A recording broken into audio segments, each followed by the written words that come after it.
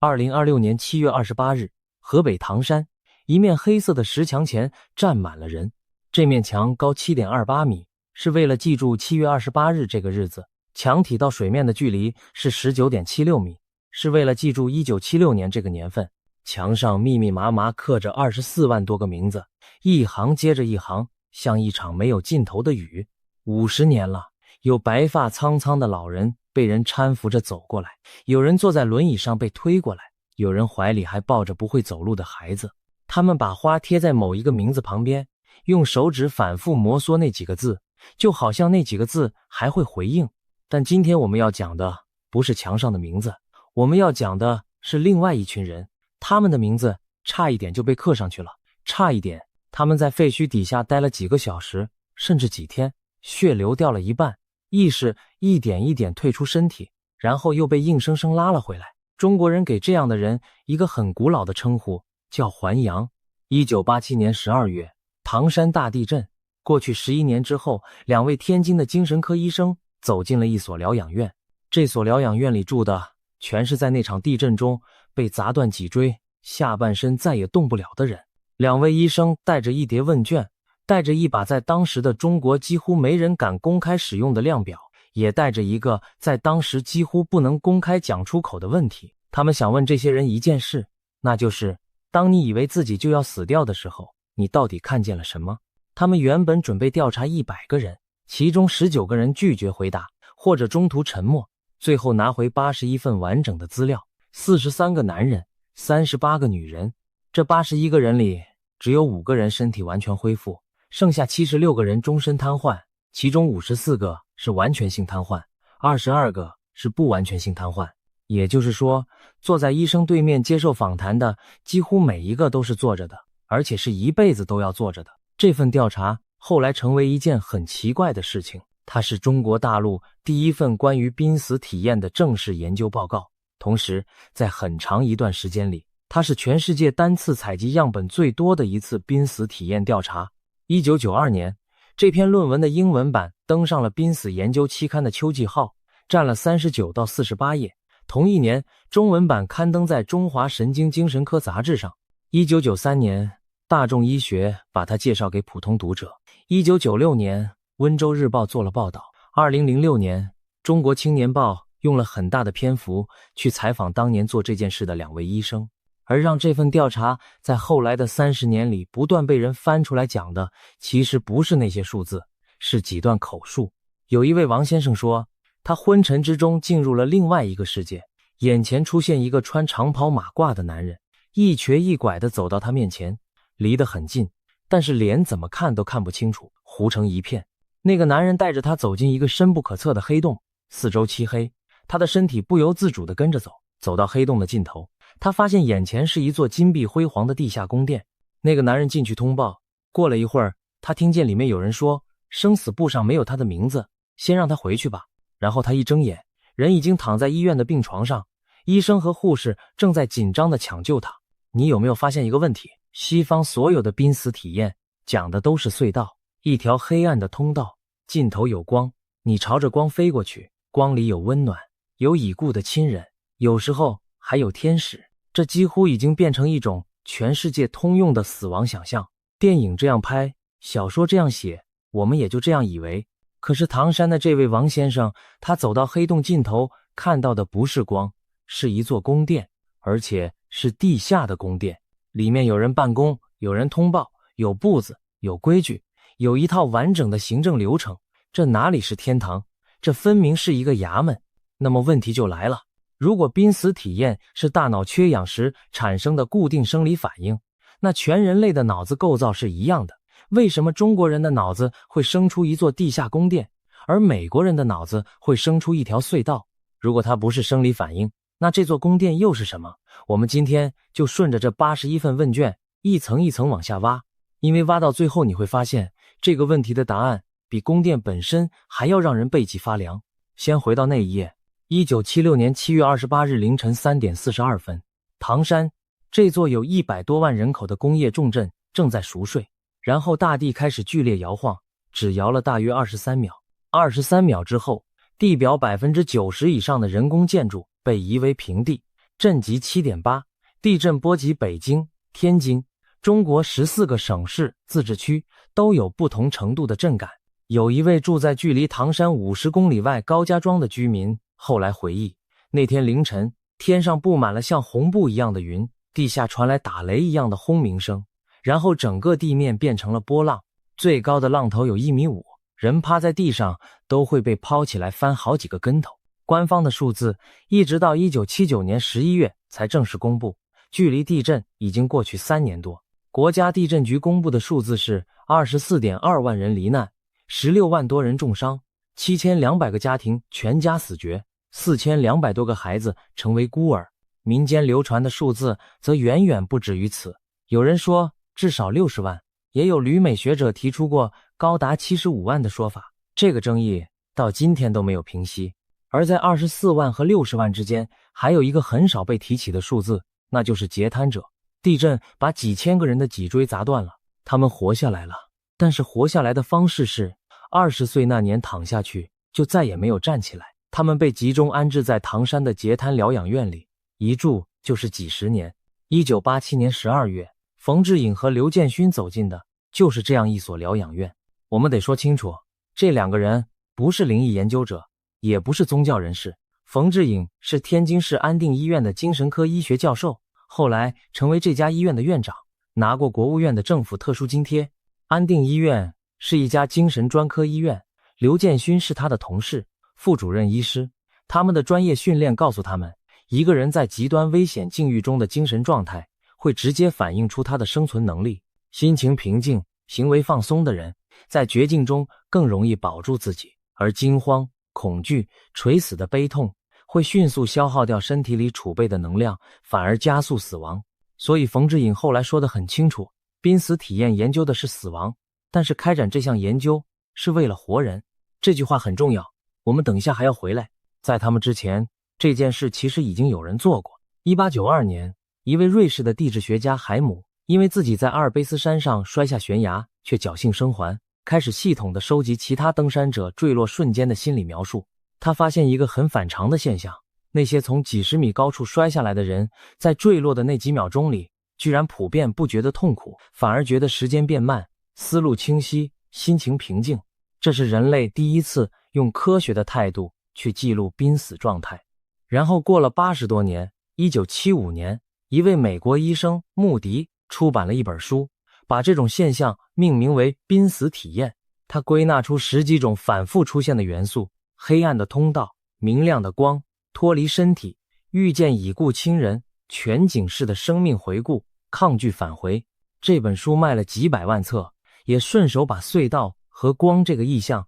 铸成了整个现代世界对死亡的标准想象。再过8年，1983年，美国精神科医生葛雷森做了一件更关键的事，他设计了一把量表，一共16个项目，每个项目按照程度深浅打0分，1分或2分，总分7分以上才算真正经历过濒死体验。他还把这些项目分成4大类：认知类、情感类、超常类、超然类。认知类是思维变快、时间感消失、生活回顾；情感类是平静、喜悦、与宇宙合一；超常类是感官异常敏锐、预知未来；超然类是进入另一个世界，遇见非尘世的存在，遇到一道回不去的界限。这把量表的意义在于，他第一次把灵魂这种东西变成了可以计分、可以统计、可以做相关分析的资料。而冯志颖和刘建勋用的就是这把量表，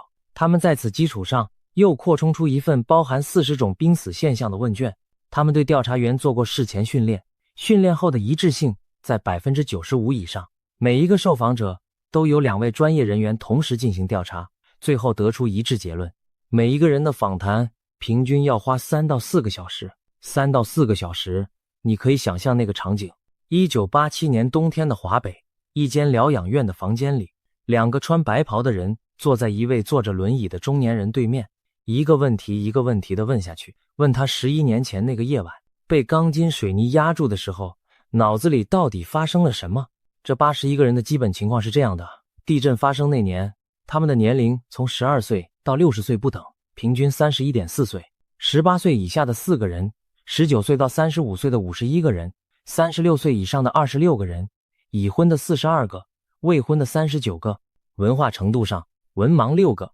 小学19个，初中33个，高中和中专18个，大专以上5个。地震发生的那个瞬间，37个人还在睡梦中，34个人已经被惊醒，10个人说不清楚。还有一组数字特别关键，我们一定要记住，这81个人里只有22个人在当时明确认为自己要死了，有23个人承认自己在地震之前曾经从书上或者电影里接触过关于濒死体验的传说或者资料。而在11年后接受访谈的时候，有67个人表示当时的体验记忆犹新，连细节都能回忆起来。60个人可以无拘无束地畅谈，18个人谈的时候肢体会出现悲痛的反应，2个人愤怒，1个人拒绝回答。现在我们来看结果，第一个结果就已经足以颠覆大部分人的直觉。这81个人里，有1半以上的人回忆说，当他们感觉到生命一点一点流失的时候，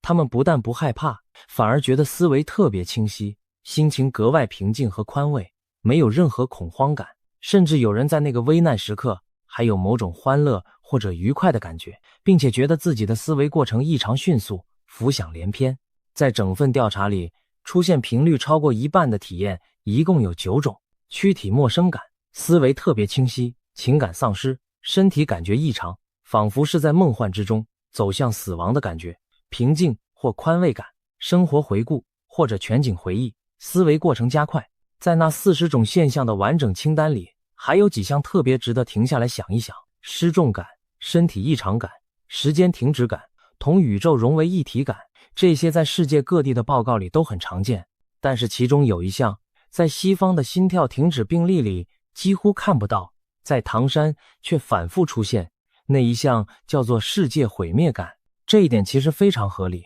合理到让人心里发凉。一个在手术台上心跳停止的美国病人，他的世界并没有毁灭，毁灭的只是他自己。可是一个唐山人不一样，他在凌晨3点多被震醒，房子在他眼前塌下来，整条街在同1秒钟消失。远处传来的不是救护车，是整座城市同时发出的声音。对他来说，世界真的正在毁灭，所以连濒死体验的内容都会被濒死的方式塑造。这正是冯志颖和刘建勋在论文结论里写下的那句话：濒死体验的内容和类型可能与濒死事件的种类有关。一场地震写进了这81个人的死亡体验里。我们挑几个具体的人来看。地震那年，23岁的刘女士，初中文化程度，是一名工人。倒塌的房屋砸伤了她的腰椎，下半身从此不能动。她回忆说，被砸伤的时候，她一点也没有害怕的感觉，反而觉得思路特别清晰，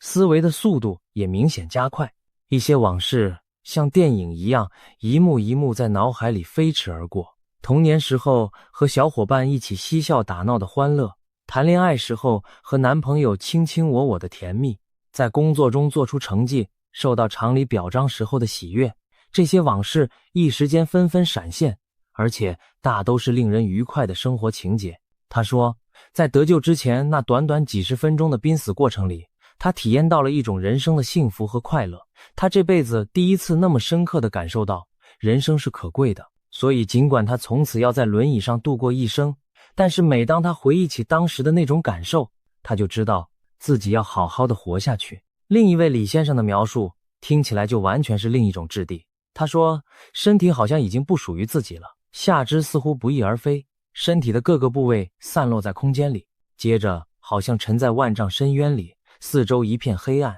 听到一声一声难以描述的莫名其妙的声音。这种感觉大约持续了半个小时，然后他开始回顾自己短暂的一生，但是这些回忆纯粹是一种意识流，根本不受大脑支配。不受大脑支配，这5个字是这81份问卷里最让人不安的表述之一。地震发生的时候，20岁还是在校学生的翟女士给出了整份调查里结构最完整的一段叙述。她说，她先是通过了一段隧道，在隧道里有一种愉悦和幸福感。从隧道跑出来以后，她忽然感觉到自己的灵魂渐渐脱离了身体，慢慢飘了起来。在很高的地方，她往下看，看到了自己的身体，奇怪的是，虽然灵魂已经飘离了身体，但是他依然可以感觉到身体上的呼吸和脉搏。他就那么静静地看着自己的身体，好像在看别人的身体一样，一点都不害怕，心里反而非常平静。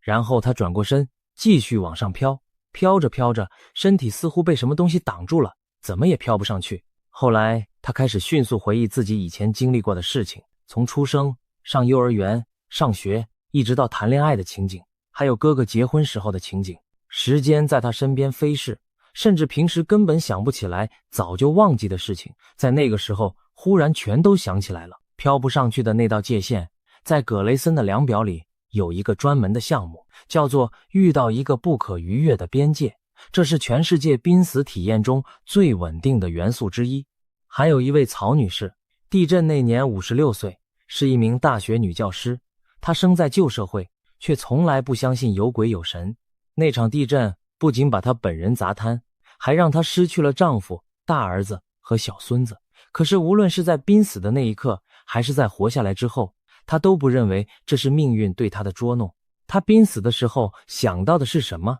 是她热爱的工作岗位。她说，当时她一生的经历在一瞬间全部闪过，从上大学到四清，从那10年到挨批斗，这一辈子经历了太多的坎坷，好不容易重新回到工作岗位不久，就要这么死去。他想的是，再也不能用自己的工作成绩去报答国家对他的培养了。停在这里，我们得认真想一想，全景回忆是濒死体验里最著名的元素之一，穆迪把它叫做生命回顾，量表里也有这一项。表面上看，中国人和美国人都有，这是共通的。可是你有没有注意到，回顾的内容完全不一样？一个1975年在美国的病人，生命回顾里闪过的是童年的圣诞树、高中的舞会、教堂的长椅；一个1976年在唐山的大学教师，生命回顾里闪过的是四清、是批斗、是重回岗位那一天的心情。同一个大脑机制，同一种现象，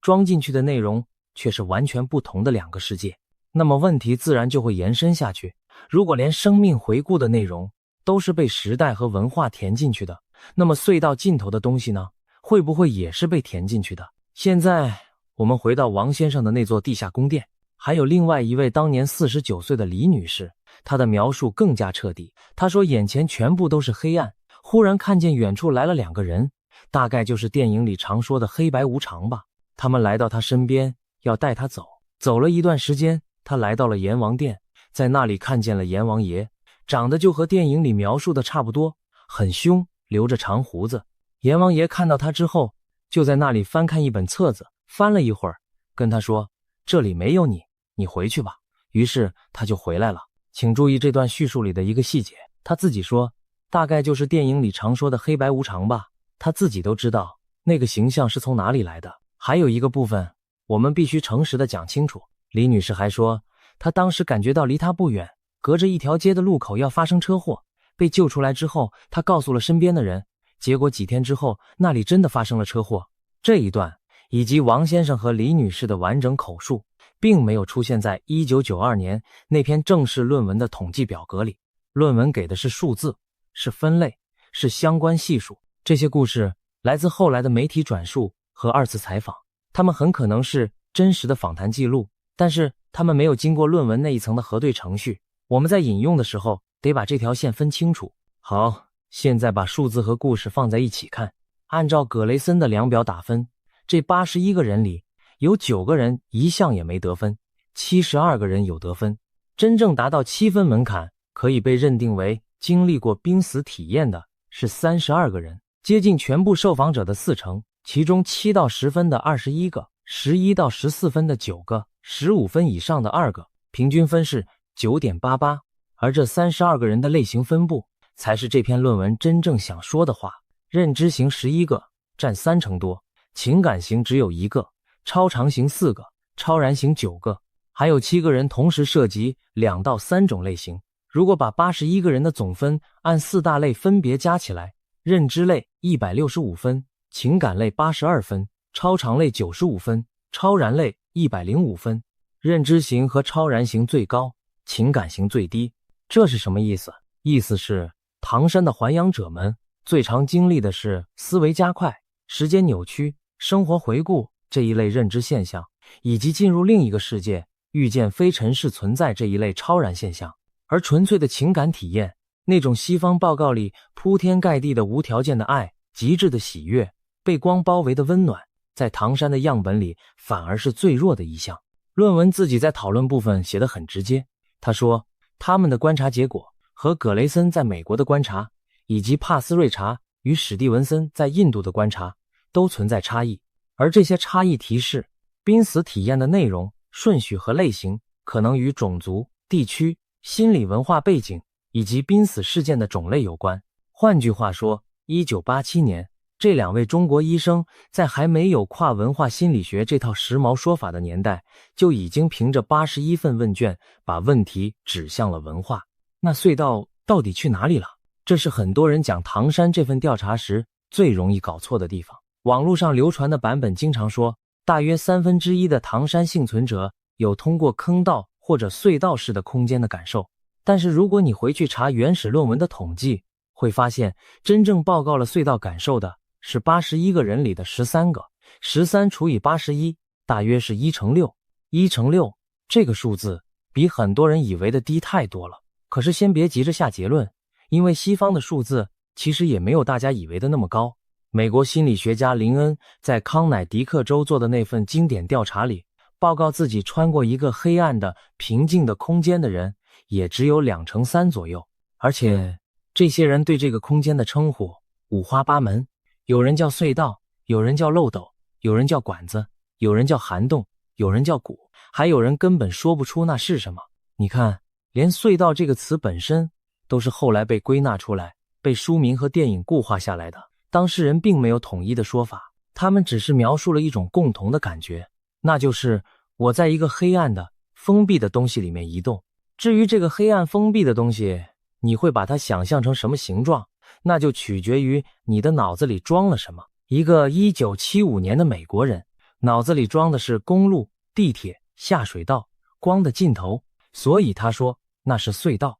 一个1976年的唐山工人脑子里装的是黄泉路，是庙里的壁画，是戏台上的黑白无常，是奶奶讲的故事，所以他说那是一个深不可测的黑洞，而黑洞的尽头是一座地下宫殿。如果你觉得这个推论太快，那我们就搬出这份调查最重要的对照组——印度。1986年，也就是唐山调查的前一年，两位研究者帕斯瑞查和史蒂文森在美国心灵研究学会期刊上发表了16个印度案例。后来帕斯瑞查又陆续补充了20多例。他们发现印度的濒死体验有一套完全不同的剧本。印度人几乎不报告从高处看见自己的身体，他们报告的是2个使者来把他们带走，走一段很长的路，来到一个很大的地方，像一座城，有大房子，有很多人。他们被带进一间大屋子，里面有一个人，手上拿着一本很大的簿子。那个人翻了翻簿子，然后发现搞错了，抓错人了，应该死的是另一个同名但不同种姓的人，或者是隔壁村庄那个名字相近的人。于是使者只好把他送回来，或者干脆把他推下去，他就醒了。在印度神话里，这些使者叫阎魔使者，那个拿簿子的人叫记录之神，簿子上记的是这个人一生的善恶。而在唐山，王先生听见的是生死簿上没有他的名字，先让他回去吧。李女士听见的是这里没有你，你回去吧。2个相隔几千公里、宗教体系完全不同的文明，在同一个生理状态下，居然生出了同一套官僚流程，有使者，有押送，有衙门，有名册，有核对，有失误，有退回。到这里，很多人会觉得，这是不是说明阴间真的存在，而且它真的是一个管理机构？慢一点，因为这里藏着一个更精彩的线索。阎罗王其实不是中国本土的神，阎罗这2个字是梵文亚玛的音译，他跟印度神话里那位死神是同一位。他随着佛教从印度传入中国，在汉代到唐代之间一点一点被汉化，最后坐上了中国阴间的头把交椅。也就是说，唐山的李女士看见的那位留着长胡子的阎王爷，和印度案例里那位管簿子的存在，本来就是同一个神话系统的2个分支。而生死簿呢，恰恰相反，这东西是中国本土的，它的源头是道教和更早的民间信仰里的司命、泰山府君、东岳大帝、判官、黑白无常、牛头马面，也都是本土层层叠加上去的。这是一套混血的地府。印度来的阎王坐在中国自己造的衙门里，翻着中国自己写的簿子。所以印度和中国的相似，并不是因为两边都真的去过同一个地方，而是因为这两套死亡想象本来就有血缘关系。而如果你去翻中国自己的古书，你会发现这个剧本古老的惊人。唐朝有一位大理卿，也就是最高司法官员，叫唐林，他写过一本书叫《明报记》，里面记录了大量还阳的故事。到了宋代太平兴国3年，也就是978年，官方编纂的《太平广记》里，干脆专门设了再生和还魂这样的门类，收录了几百则同类的记载。这些故事的结构，你听了会起鸡皮疙瘩。生病或者遇险的人昏过去，被1、2个穿制服的人带走，走一段路，经过树林或者城墙，来到一处官署，官署里有人查簿子，查完之后说错了，这个人阳寿未尽，送回去，然后人就醒了，家人正围在床边。从唐朝到宋朝到明清，这个模板稳定运行了1300多年。它印在笔记小说里，画在寺庙的壁画上，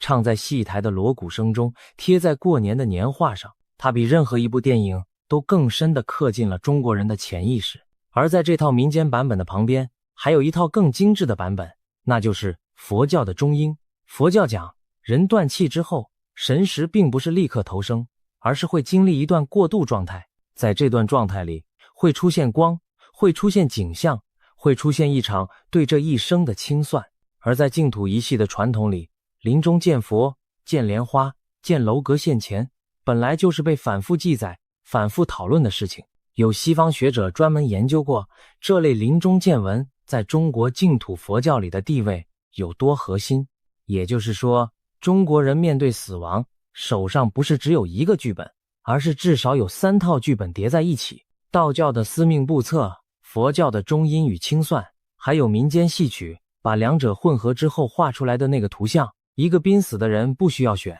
这3套东西早就在他脑子里揉成了一团。所以当1976年7月28日凌晨，一个唐山工人被压在水泥板底下，血氧一路往下掉，大脑开始崩解的时候，他的意识需要为即将到来的东西找一个形状。他不会凭空发明，他会伸手去抓离自己最近的那个现成的形状，而离他最近的那个形状就是这套1300年的剧本。这里还有一个细节，我觉得是整件事情里最有说服力的一笔。王先生说，带他走的那个男人穿的是长袍马褂。长袍马褂，这是清朝的衣服。1976年的中国，满街都是蓝色和军绿色的中山装，长袍马褂已经退出日常生活60多年了。那为什么阴间的差役会穿清朝的衣服？因为在中国人的视觉记忆里，阴间就是穿清朝衣服的。庙里的十殿阎罗壁画是这么画的，戏台上的判官是这么穿的，年画上的黑白无常是这么办的。那是这个意象最后一次被大规模造型定型的年代，之后阴间就没再更新过服装了。一个濒死的大脑来不及设计新东西，它只能调用库存，而库存里最清晰的那一张图，穿的就是长袍马褂。还有方向，这一点特别有意思。西方的濒死体验方向是向上的，往上飘，往上飞，穿过隧道朝着上方的光去。因为在基督教的宇宙观里，好的归宿在天上。中国的濒死体验方向是向下的，黑洞、深渊、地下宫殿。因为在中国的宇宙观里，死后要去的地方叫阴曹地府，叫黄泉，泉水是往地底下走的，连丰都都在山的里面。翟女士飘了起来，然后被挡住，飘不上去。王先生走进黑洞，一路往下，到了地下宫殿。李先生觉得自己沉在万丈深渊里，同一个现象，同一种拓扑结构，那就是一段黑暗的通道加上一个终点，但是矢量的方向完全相反，终点的建筑也完全不同。现在我们把镜头转向科学这一侧，看看医学到底能解释到哪一步。先说隧道，最经典的解释叫视网膜向心性缺血。人的视网膜对缺血非常敏感，而且周边视野的供血最先断掉，中央视野撑得最久，所以当血压骤降、供氧不足的时候，一个人的视野会从外圈开始一圈一圈黑掉，最后只剩中间一个亮点，这在主观感受上就是一条越来越窄的尽头有光的通道。这个解释不是凭空猜的，美国空军的研究者惠纳瑞在离心机上对飞行员做过大量高重力测试，当重力加速度把血液从头部抽走，飞行员会出现典型的隧道视野，然后失去意识。而在失去意识的那短短几秒到10几秒里，很多飞行员报告了鲜明的、愉悦的、带有梦境质感的画面，还有漂浮感和轻微的心快感。这些现象和濒死体验的重叠度高得让人不安。第二个解释来自视觉皮质。1988年，英国心理学家布莱克莫尔和特罗西安科提出，大脑皮质平时靠抑制性神经元维持稳定，缺氧会让抑制作用失效，这叫去抑制。去抑制之后，视觉皮质的神经元开始乱放电，而视网膜到视觉皮质之间有一个已知的数学映射关系，皮质上的一道道条纹映射回视野里，刚好就是一圈一圈的同心圆，或者说一条隧道。换句话说，隧道可能根本不是一个空间，而是我们大脑视觉皮质几何结构的一张自画像。第三，出体。2002年，瑞士神经科学家布兰克在给一位癫痫病人做手术评估的时候，电刺激了他大脑的颞顶交界区，结果病人立刻报告自己飘到了天花板上，正低头看着躺在床上的自己。颞顶交界区负责整合视觉、触觉、前庭觉，也就是负责告诉你你的身体在哪里。这个区域一出错，自我定位就会跑到身体外面去。第四，那种平静、宽慰，甚至欢愉。目前主流的猜测是内源性鸦片。人在极端压力和失血状态下会大量释放内啡肽，这是身体自带的止痛和镇静系统，它会让一个被钢筋压断脊椎的人感觉不到痛，感觉不到怕。第五，生活回顾。这一项通常被归到颞叶和记忆网路的去抑制上。当抑制系统崩解，平时被牢牢锁住的长期记忆开始无差别地喷涌出来。这也解释了为什么翟女士会说平时根本想不起来、早就忘记的事情，在那个时候忽然全都想起来了。到这里为止，看起来一切都能解释，但是接下来的部分才是这几年最让神经科学界头疼的地方。2013年，美国密西根大学的研究者波吉金做了一个实验，他在大鼠身上持续记录脑电，然后让他们心跳停止。按照常识，心跳停止之后，大脑应该迅速陷入静默。可是实验结果是，在心跳停止之后的最初30秒里，大鼠的脑子里爆发出一阵高度同步、高度相干的伽马波。伽马波是频率最高的一种脑电震荡，通常和清醒的意识活动相关，而且这阵伽马波不是局部的，是全脑性的，前后脑区之间的定向连接还显著增强。然后在脑电变成一条直线之前，它熄灭了。2022年，一组医生在给一位87岁的老人做脑电监测的时候，老人意外去世，他们因此拿到了一份极其罕见的人类死亡瞬间的连续脑电记录，结果和大鼠惊人的相似，在心跳停止前后各约30秒的窗口里出现了伽马活动的涌现。2023年5月，波吉金团队把这件事推进了一步，他们在美国国家科学院院刊上发表论文，分析了4位因心跳停止而死亡的昏迷病人，这4个人都已经没有救治可能，家属同意撤除呼吸器。撤除之后，其中2位病人出现了明显的伽马波爆发，位置在大脑后部的所谓热区，而这个热区恰恰是和做梦、和癫痫时的视幻觉、和各种意识改变状态密切相关的区域。同时，这些活动和前额叶之间的连接也在增强。研究者自己说得很克制，他们说这项研究并没有把脑电活动和具体的主观体验对应起来，因为这4个人再也醒不过来，没办法告诉我们他们看见了什么。但是他们也写下了这样一句话：这项研究强烈提示，濒死的人类大脑是可以被活化的。那么活着回来的人呢？2023年，纽约大学的帕尼亚团队公布了一项横跨25家医院的大型研究，他们追踪了567位在医院内发生心跳停止的病人，在心肺复苏的同时进行连续脑电和脑氧监测，最后只有53个人活了下来，其中28个人完成了访谈。这28个人里，有11个人报告了某种与意识有关的记忆或知觉。如果把范围放宽，在所有存活者中，大约40%报告了一种说不清楚的有意识的感觉，但没有明确回忆。大约20%报告的内容符合他们定义的死亡回忆体验。大约3%的人有明确的视觉或听觉察觉。而在脑电记录上，研究者确实在一部分心跳停止的病人身上找到了与意识活动相容的电生理标记。帕尼亚团队提出的机制假说叫做去抑制，他们认为濒死的大脑失去了平时那套抑制系统，也就是失去了刹车。刹车一松，那些平时被压在底下的东西全部涌上来，包括从幼年到当下的所有记忆，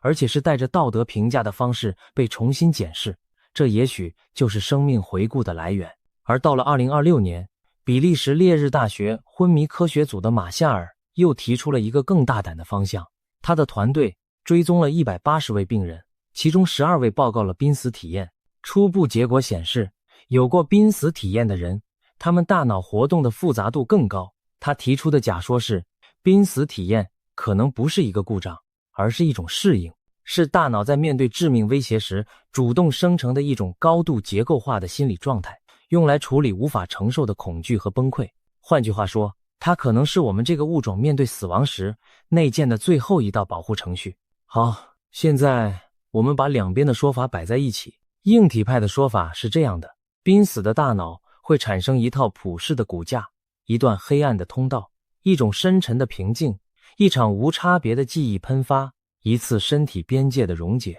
这套骨架全人类共用，因为我们的大脑结构一样，而文化负责的是在骨架上贴墙纸。美国人贴的是天使和光，印度人贴的是死神的使者和记录簿，中国人贴的是黑白无常和地下宫殿。同一个房间，不同的装潢。而另一派会反问，如果只是墙纸，为什么墙纸在同一个文化内部那么稳定？为什么这些体验普遍带着道德重量，有审判，有核对，有退回，而不是像正常的缺氧幻觉那样一团混乱？为什么一个1987年在唐山接受访谈的截瘫者，能在11年后把细节说得清清楚楚，而普通的梦在第二天早上就散掉了？更重要的是，为什么它会改变人？这就要说到冯志颖那份调查里，我认为最重要却最少被提起的一组数字。在这81个人里，和地震之前相比，性格发生明显改变的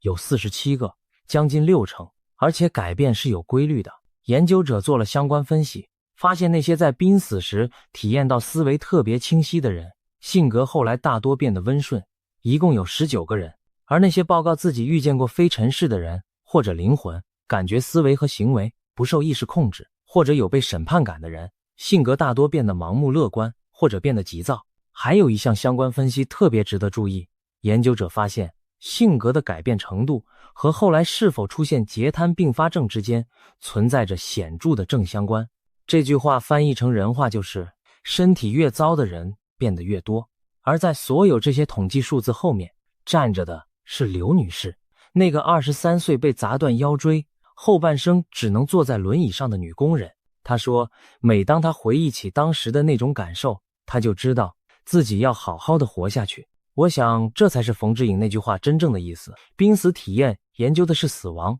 但是开展这项研究是为了活人。他和刘建勋在论文的讨论部分写得非常克制，他们承认这是一项回顾性研究，偏倚较大。访谈发生在事件的11年之后，记忆必然经过重塑。样本全部来自同一所截瘫疗养院，代表性有限。81个人里有23个人事前就听过濒死体验的传说，这种鲜艳知识会不会影响他们的叙述？这份研究无法排除。性格改变的部分靠的是受访者自己回忆阵前的性格，这在方法学上也不够硬，所以他们在论文最后主动写下建议，希望后续能对危重病人和灾害幸存者进行前瞻性研究。而在后来面对媒体采访的时候，冯志颖本人始终没有明确表态，说这份调查究竟能不能证明灵魂的存在，他只是把数字放在那里。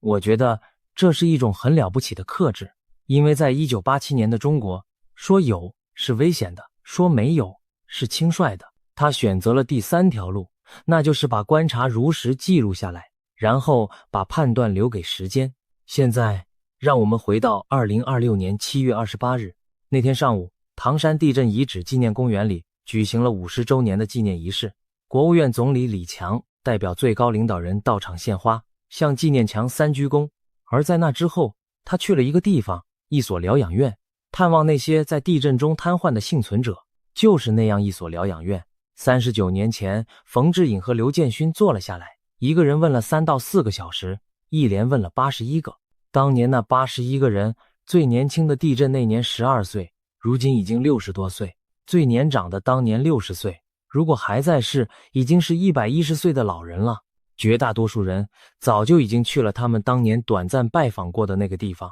这一次没有人再把他们送回来，他们留下的是81份问卷，40种现象，165分的认知，82分的情感，95分的超常，105分的超然，还有一座金碧辉煌的地下宫殿。那座宫殿到底存不存在？老实说，我不知道。这期节目里的每一份论文，每一组脑电图，每一段口述，加起来都没办法回答这个问题。科学能告诉我们大脑在最后30秒里做了什么，却没办法告诉我们在那30秒里是谁在看。但是有一件事，这81份问卷确实告诉了我们，当一个人被水泥板压住，血一点一点流走，氧气一点一点耗尽，整个宇宙正在关灯的时候，他的大脑没有给他一个空白的房间。他翻遍了这个人一辈子读过的书，听过的故事，看过的壁画，记过的脸，然后在最后那几秒钟里为他盖起了一个可以抵达的地方。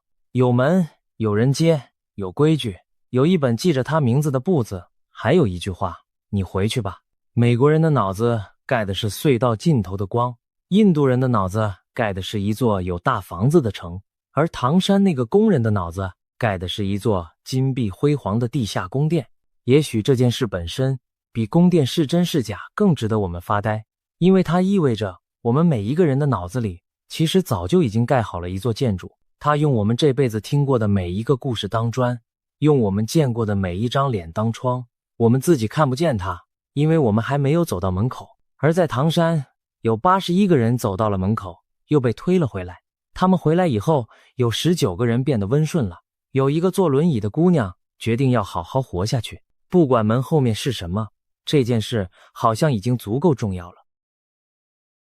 从现在开始倒数，2026年的秋天藏着2个不会挪动的硬日程。第一个在北京，中共中央的秋季全会。按近10几年的惯例，这场闭门会议多半落在10月下旬到11月初，开4天，会后只给外界一纸公报。第二个在华盛顿，2026年11月3日，美国期中选举，投票日写在法律里，一天都不会挪。一个决定中国权力桌上谁留谁走，一个决定白宫未来2年还有多少行动能力。2个节点前后加出来的这一段时间，我们姑且给它一个名字：秋决窗口。秋天做决断的窗口，而在窗口打开之前，天上先挂出2个记号。2026年8月12日，日全食全时代从北极圈一路压向冰岛和西班牙。16天之后，8月28日，又轮到月食登场。16天之内，日与月各暗一次。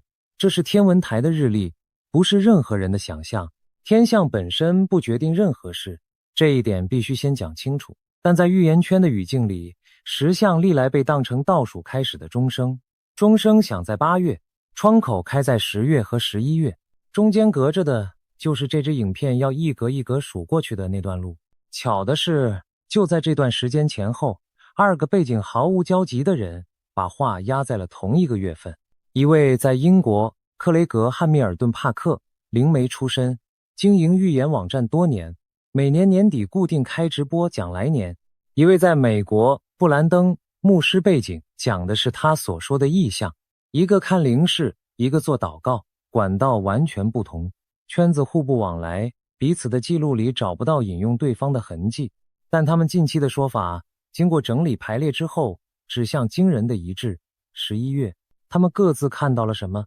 为什么偏偏是11月？这里先不给答案。这支影片会把3条时间线摊在桌上，北京的全会时间线，华盛顿的选举时间线，还有2位预言者的说法时间线，一条一条对仗，中间会穿插历史的账本，过去的全会年代，秋天出过哪些改写历史的大事？过去的期中选举年，选前的海峡和世界又发生过什么？全部用真实的公开事件对到最后，3条线会在秋天的某2个星期里叠到同一个位置。那2个星期是整张时间表上最拥挤也最危险的2周。它的具体区间放在影片最后揭晓。先把规矩说在前面，天象日期、政治日程、历史事件全部用公开资料可以查证。预言的部分一律转述，是谁说的，在什么场合说的，大意是什么，来源交代清楚，信不信各自判断。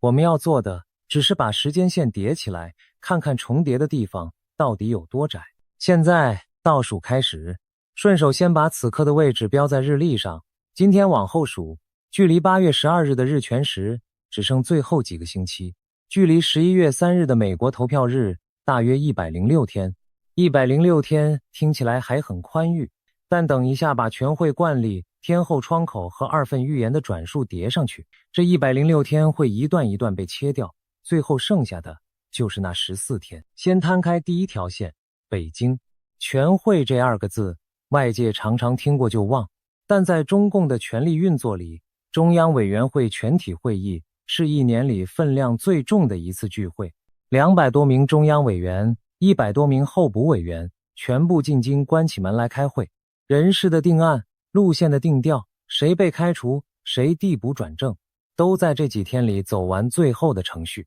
党代会5年一次，决定的是大盘；全会1年一次上下，处理的是大盘底下每一颗棋子的挪动。要看权力桌的变化，全会比党代会更诚实，因为它处理的是正在发生的事。全会有自己的节奏，一届中央委员会惯例上要开7次全会，1中全会排班子，2中全会排政府人事，3中全会定经济路线，4中、5中、6中处理规划、党建和重大决议，7中全会替下一次党代会收尾。每一次的主题不同，但召开的季节长期高度集中，看月份直接对账。近年的记录摊开来，2019年10月28日到31日19届4中全会，2020年10月26日到29日19届5中全会审议“14·5”规划建议，2021年11月8日到11日19届6中全会通过了党史上第3份历史决议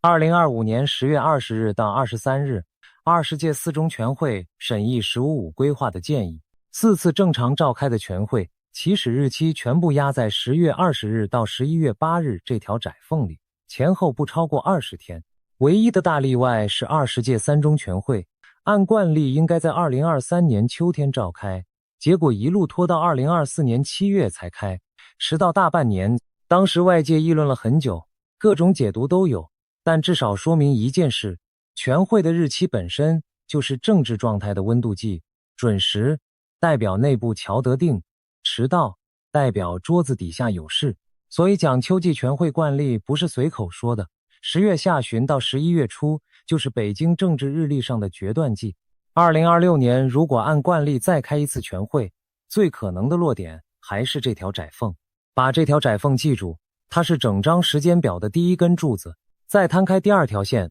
华盛顿。2026年11月3日期中选举，众议院435席全部改选，参议院改选约1/3，外加30几个州长。这场选举决定的是总统后2年的行动能力。历史数据很残酷，二战之后的期中选举，执政党在众议院平均要丢掉20几席，多数时候直接丢掉多数党地位。一旦国会翻盘，预算、法案、人事任命全部卡住，调查和听证反过来排山倒海，白宫提前进入所谓的跛脚鸭状态。关键在这里，期中选举前的6到8个星期是美国政治体系最分心的时段，总统在跑选举场子，内阁在替候选人站台，国会在休会拉票，媒体的头条全部向内收。外交圈有一句流传很久的老话，大意是对手若要出手，最好挑你分心的时候。这句话后面会用历史对仗来验证，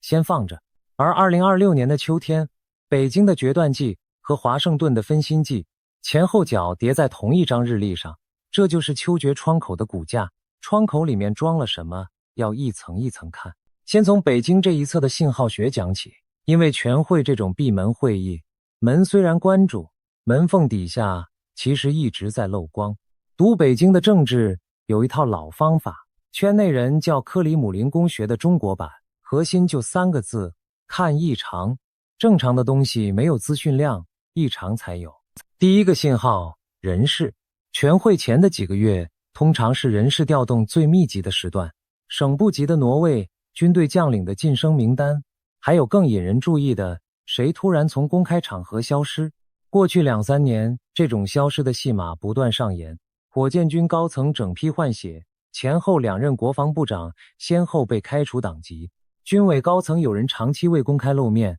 最后在全会前后被官方一纸通报处理掉。这些都是公开报道过的事实，不是小道消息。每一次消失，外界都要猜上好几个星期，而答案往往拖到全会才用一句审查批准补上。全会是答案揭晓的日子。想预判2026年秋天的全会要处理谁，方法很土，但很准。看夏天谁不见了。第二个信号，喉舌的用词。人民日报、新华社、解放军报这些机构的头版和社论是写给体制内看的密码本，词频的变化比内容本身更重要。团结这个词出现的越频繁，往往代表内部越需要被喊话。斗争的密度升高，代表有人要被处理。忠诚成片出现，代表有人被怀疑不忠诚。还有更细的读法，看署名评论的笔名，看文章登在第几版，看有没有配发编者按。冷战时代，西方情报单位读苏联真理报，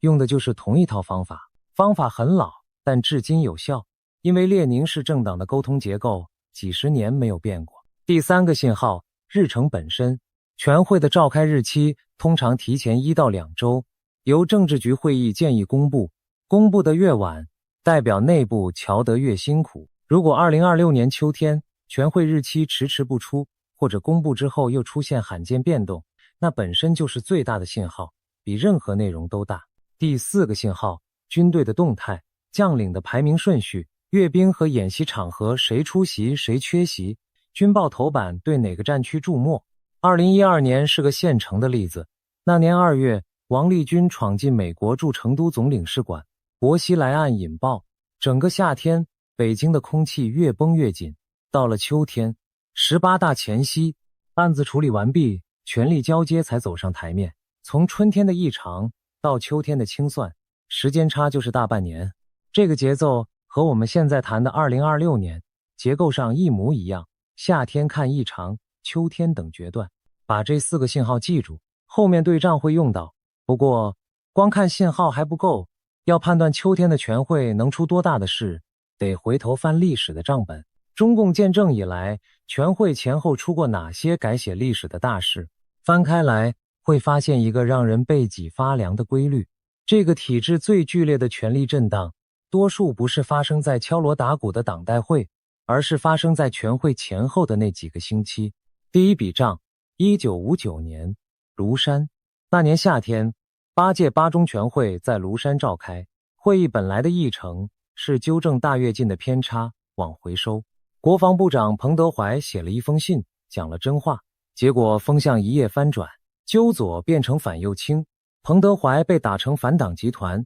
军队随即大清洗，大跃进非但没有收，反而加码。一封信，一次全会，改写了此后20年的路线，也间接放大了接下来3年的灾难。这笔账告诉我们一件事，全会的议程，开门前和关门后可以完全是2回事。进场的时候是纠偏会，散场的时候是批斗会。第二笔账，1962年9月，8届10中全会。这次会上，毛泽东留下那句著名的话，千万不要忘记阶级斗争。就是这一句，把2年后的社教运动、4年后的文化大革命全部埋好了引线。注意月份，9月，秋天。一句会议讲话，10几亿人的命运跟着转弯。第三笔账，1965年11月10日，上海文汇报刊出姚文元的文章，评新编历史剧《海瑞罢官》。表面上是一篇剧评，实际上是文革的第一发信号弹。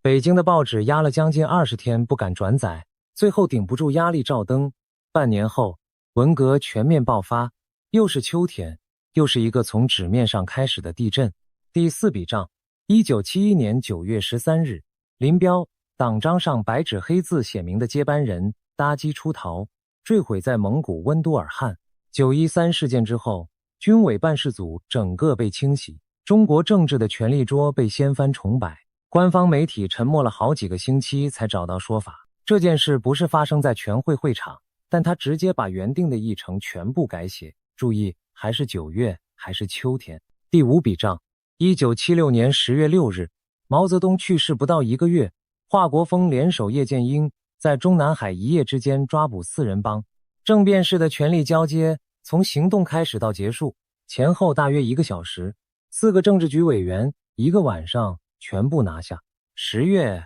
还是秋天。第6笔账，性质不同，但分量最重。1978年12月，11届3中全会，邓小平在这次全会前后完成路线翻转，改革开放从这里起算。中国此后40年的走向，是在一个冬天来临前的全会上定下来的，往好的方向转，也挑在同一个季节。6笔账摆在一起，规律很清楚。从9月到12月，秋冬之交，是这个体制历史上出大事密度最高的时段。原因并不神秘，甚至写在这个体制的作息表里。每年夏天，北京的高层循例移往北戴河，退休元老和现任领导在海边碰头。这段时间没有公开会议，没有公报，却是各方摸底、交换条件的季节。北戴河谈不拢的，带回北京；带回北京的，最后都要在秋天的全会上走完程序，见个分晓。换句话说，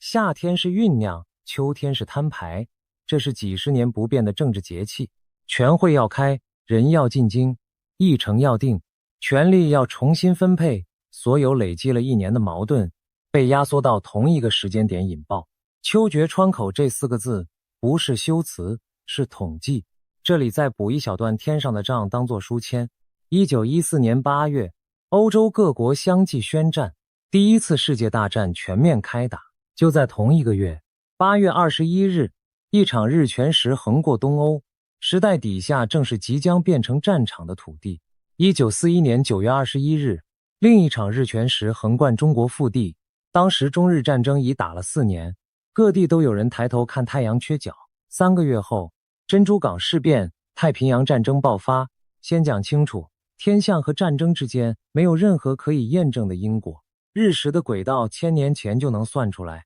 它不挑人间的日子。但反过来看，正因为它完全不挑日子，当它恰好落在历史转折的月份，人们才会记住那个画面。2026年8月12日的那场日全食，会不会也变成某段历史的书签？这正是接下来2位预言者被人反复讨论的原因。而2026年的秋天，这个窗口的另一头还多了一个历届全会都没有的变数。太平洋对岸有一场会让华盛顿自顾不暇的选举。更巧的是，有2个人早在窗口打开之前就把手指按在了11月上。接下来把他们的说法摊开来对。先说英国这一位，克雷格·汉密尔顿·帕克，英国灵媒，经营预言网站和影音频道超过10年，出过书，开过课，每年年底固定开直播，发布来年的世界预测，内容从政局、经济一路讲到天灾。他的作业方式，用他自己的讲法，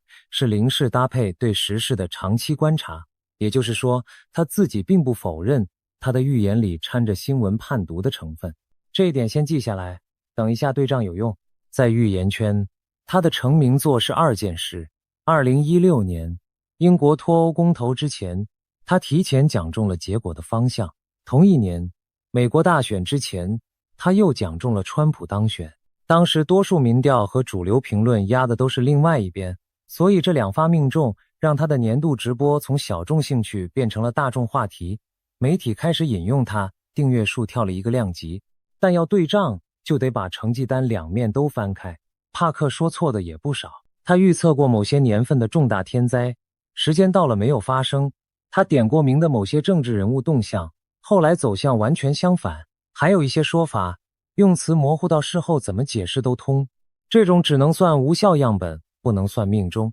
批评者的讲法很直接，这是霰弹枪打靶，一年讲几十条，总有几条中重的被反复传颂，错的没人回头数。支持者的讲法是，重点不在命中率，在命中的那几发是不是事前讲死，讲得够具体。脱欧和川普那2发，时间戳在前，结果在后，这是查得到的。2种说法都摆在桌上，先不裁决，我们的做法始终一样，留存时间戳，事后回来对。这里顺便把本频道对账的3条标准交代清楚，因为接下来2位的说法都要过这道筛子。第一条，具体性。一条预言要么给出时间，要么给出地点，要么给出可辨认的事件形态，3样全无的不列入对账，因为永远无法判定对错。第2条，时间戳。说法必须在事件发生之前就有公开记录、直播存档、影片上传时间、文章发布日期，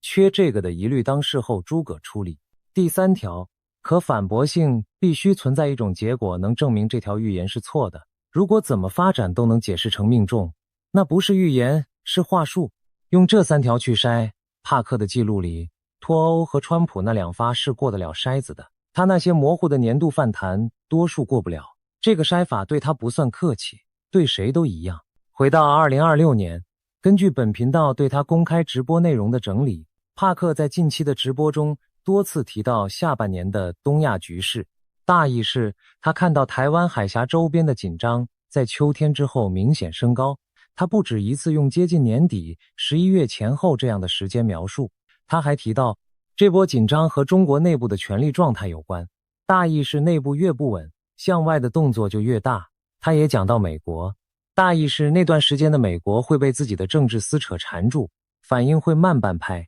必须再强调一次，以上是转述，是他直播里的说法，不是新闻报道，更不是已经预定的事实。比内容更值得记录的是他说法的演变轨迹。往前翻他早几年的直播，谈中国的部分多半聚焦在经济放缓和天灾，从某一场直播开始，画风明显转向军事和领导层，时间描述也在收敛，先是泛泛的未来几年，后来是2026年，再后来收敛到秋冬11月前后。一个预言者的用词从宽变窄，只有2种解释，要么他看到的画面变清楚了，要么他跟着新闻的温度在调整，哪一种都好。这条收敛的轨迹本身是客观存在的记录。一个英国灵媒的说法孤证不立，如果只有帕克一个人讲11月，这支影片不会成立。关键在于大洋另一头有一个背景完全不同、管道完全不同的人，把时间指向了同一个月份。布兰登，美国人，牧师背景，全名布兰登·比格斯。他不看牌，不通灵，他的框架是基督教传统里的意象，祷告中看见的画面。他原本只是美国福音派圈子里一个不算太有名的传道人，让他被全世界讨论的是2024年的一段影片。那年3月，他在一个访谈节目里提到，大意是川普会遭遇一次刺杀未遂，子弹会擦过他的耳朵，他会活下来，之后声势反而更旺。4个月后，2024年7月13日，宾州巴特勒的造势场上枪声响起，川普捂住右耳倒下，又站起来挥拳。那段3月的访谈影片被翻出来，浏览量在几天内暴增，连不信这一套的媒体都跑去查影片的上传时间。查证的结果是公开的，影片上传在前，事件发生在后，时间顺序成立。至于这算预知还是巧合，各方吵到今天，我们不下结论，只记录时间戳。同样地，对账要对两面。布兰登的其他说法有些没有应验，有些时间点讲得不准，有些用词宽泛到难以检验。他谈过经济动荡，谈过天灾，谈过美国社会的撕裂，其中有讲中的，也有到期未兑现的。他自己圈子里的人也承认，意象最难拿捏的就是时间，画面可能是真的，挂在哪一年是另一回事。所以他的记录和帕克一样，有正中，有落空，不是神谕，是一份需要打折看待，但因为那一发太准而无法直接丢掉的参考资料。接下来是重点，根据本频道对他近期受访和影片内容的整理，布兰登多次谈到东亚，大意是他看到的画面和海峡和船舰的对峙有关。他描述过一种箭在弦上的态势，他给的时间感落在选举前后。注意，对一个美国牧师和他的美国听众来说，选举这2个字在2026年只有一个坐标，11月3日的期中选举。他还提到，大意是那段时间的美国会因为内部的事情自顾不暇，反应迟缓。这个讲法和帕克那句反应会慢半拍，内容几乎重叠，而2人使用的语言、面对的听众、发布的平台完全不同。对布兰登，反方还有一个更技术性的质疑，必须诚实列出翻译与剪辑。它的原始内容是英文，长度动辄1-2个小时流到中文圈的，多半是几分钟的剪辑片段，再配上翻译。剪辑就有选择，翻译就有落差。一句时间感模糊的话，剪一剪，译一译，可能就变成语气笃定的宣告。这个质疑完全成立，所以本频道的处理方式是只转述它在原始长篇里反复出现、跨越不同场合都讲过的内容，单一片段里孤立出现的惊人之语不采用。反复出现的那部分就是前面讲的海峡、船舰、选举前后、美国自顾不暇，这几个元素是多次出现的骨干，不是剪出来的花边。现在把2份转述并排，帕克、英国、灵媒框架，说法一路收敛到11月前后。布兰登，美国，牧师框架，时间感落在选举前后，也就是11月。2人不同国家、不同信仰体系、不同受众，公开记录里互不引用、互不认识，2条完全独立的线压在同一个月份。统计上，这当然可以是巧合。全世界讲预言的人成千上万，总有2个人撞在同一格。这个反驳成立，必须诚实地放在桌上。但同样要放在桌上的是，这2位不是随机抽出来的路人，是各自留下过查得到的命中记录，被反复检验过的2个名字。2条有前科的独立来源指向同一格日期，在对账的桌上，至少值得把那一格用红笔圈起来。而当我们把红笔圈起来的11月放回政治日历，事情开始变得具体，因为11月不是普通的月份，它是期中选举的月份。而历史上，期中选举前的秋天，恰恰是大国最爱出手的时段。第2轮历史对账，对的就是这笔。翻开美国期中选举的历史，有一个模式反复出现：选前的6到8个星期，国际危机的发生率高的反常。举5笔最硬的仗。第一笔，1950年，那年10月，中国人民志愿军跨过鸭绿江，10月25日打响第一次战役，美军在朝鲜半岛被打了一个措手不及。而美国的期中选举是1950年11月7日，参战的消息传开时，美国正处在投票前的最后2周，杜鲁门政府一边数选票，一边重新评估整场战争，出手的时间掐在对手最忙乱的当口。第2笔，1954年9月3日，解放军炮击金门，第一次台海危机爆发。2个月后，11月2日，美国期中选举，艾森豪政府一边处理选举，一边处理海峡，最后在12月和台北签下共同防御条约，炮声和选票前后只隔60天。第3笔，1958年8月23日，金门炮战开打，44天里几十万发炮弹砸在金门群岛。那年的美国期中选举是11月4日，823开打的时间点距离美国投票日大约10个星期。毛泽东后来自己讲过，炮击金门有测试美国反应的用意，测试什么时候做最准，对手分心的时候。第4笔，最惊险的一笔，1962年10月16日，甘乃迪看到 U-2 侦察机拍下的古巴飞弹阵地照片，古巴飞弹危机开场。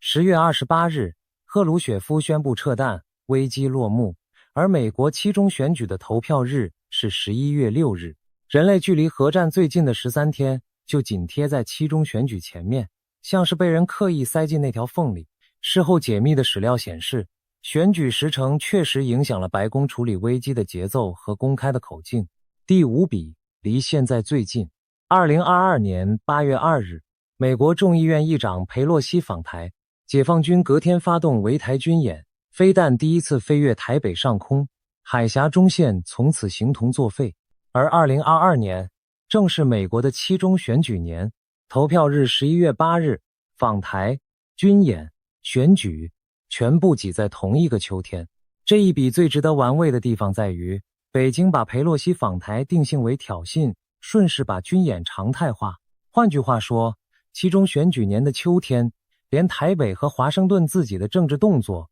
都会变成对岸升级的理由。五笔账横跨70年，同一个模式，其中选举前的秋天，要么对手出手，要么危机升级。美国一边投票一边救火，这不是预言，这是档案。美国政治圈甚至有一个专门的词，叫10月惊奇，指选前最后几周突然冒出来，足以翻转选情的大事件。这个词原本说的是国内的政治操作，但翻开上面那五笔账就知道，真正分量最重的10月惊奇往往来自国境之外。对手国家的参谋部门跟美国的选战幕僚一样，日历上都圈住同一个日子。再看2026年这场选举本身的结构，众议院435席全改选，参院改选约1/3。如果执政党输掉国会，白宫后2年基本上只剩外交和行政命令可用，内政议程等于归零。而历史上跛脚鸭状态的美国总统，在对外政策上反而更敢动，因为国内已经没什么可输的。这个结构，北京的智库看得懂，华盛顿的智库也看得懂。预言者不需要看懂这些，但预言和政治分析2条完全不同的路径，指向同一个结论。11月前后是美国体系最忙乱、最难预测的时刻。选举的变数讲完了，3条时间线，现在只剩最后一块拼图。台海本身，窗口开在秋天，那秋天的海峡实际条件到底如何？这一块讲的是最物理、最无法作假的部分。先讲军演的惯例，近几年的模式已经固定，每逢和台湾有关的敏感时点，解放军必有大动作，而且规模一次比一次大。2022年8月围台军演之后，环台演习成为常态，代号一路排下去，联合利剑系列一场接一场。2024年1年之内就演了不止一次，到了2025年，又出现海峡雷霆这一类新代号，演习的名目从侦巡、警戒一路升级到查验、扣船的科目。军事分析圈普遍的判读是，这些演习在演练的不是登陆，是封控。不打先围，把台湾周边的海空域切成几块，演练怎么堵住航道，怎么拦查船只，怎么把外援隔在第一岛链之外。这里再补一笔离台湾最近的历史账，1995到1996年的台海飞弹危机。1995年夏天，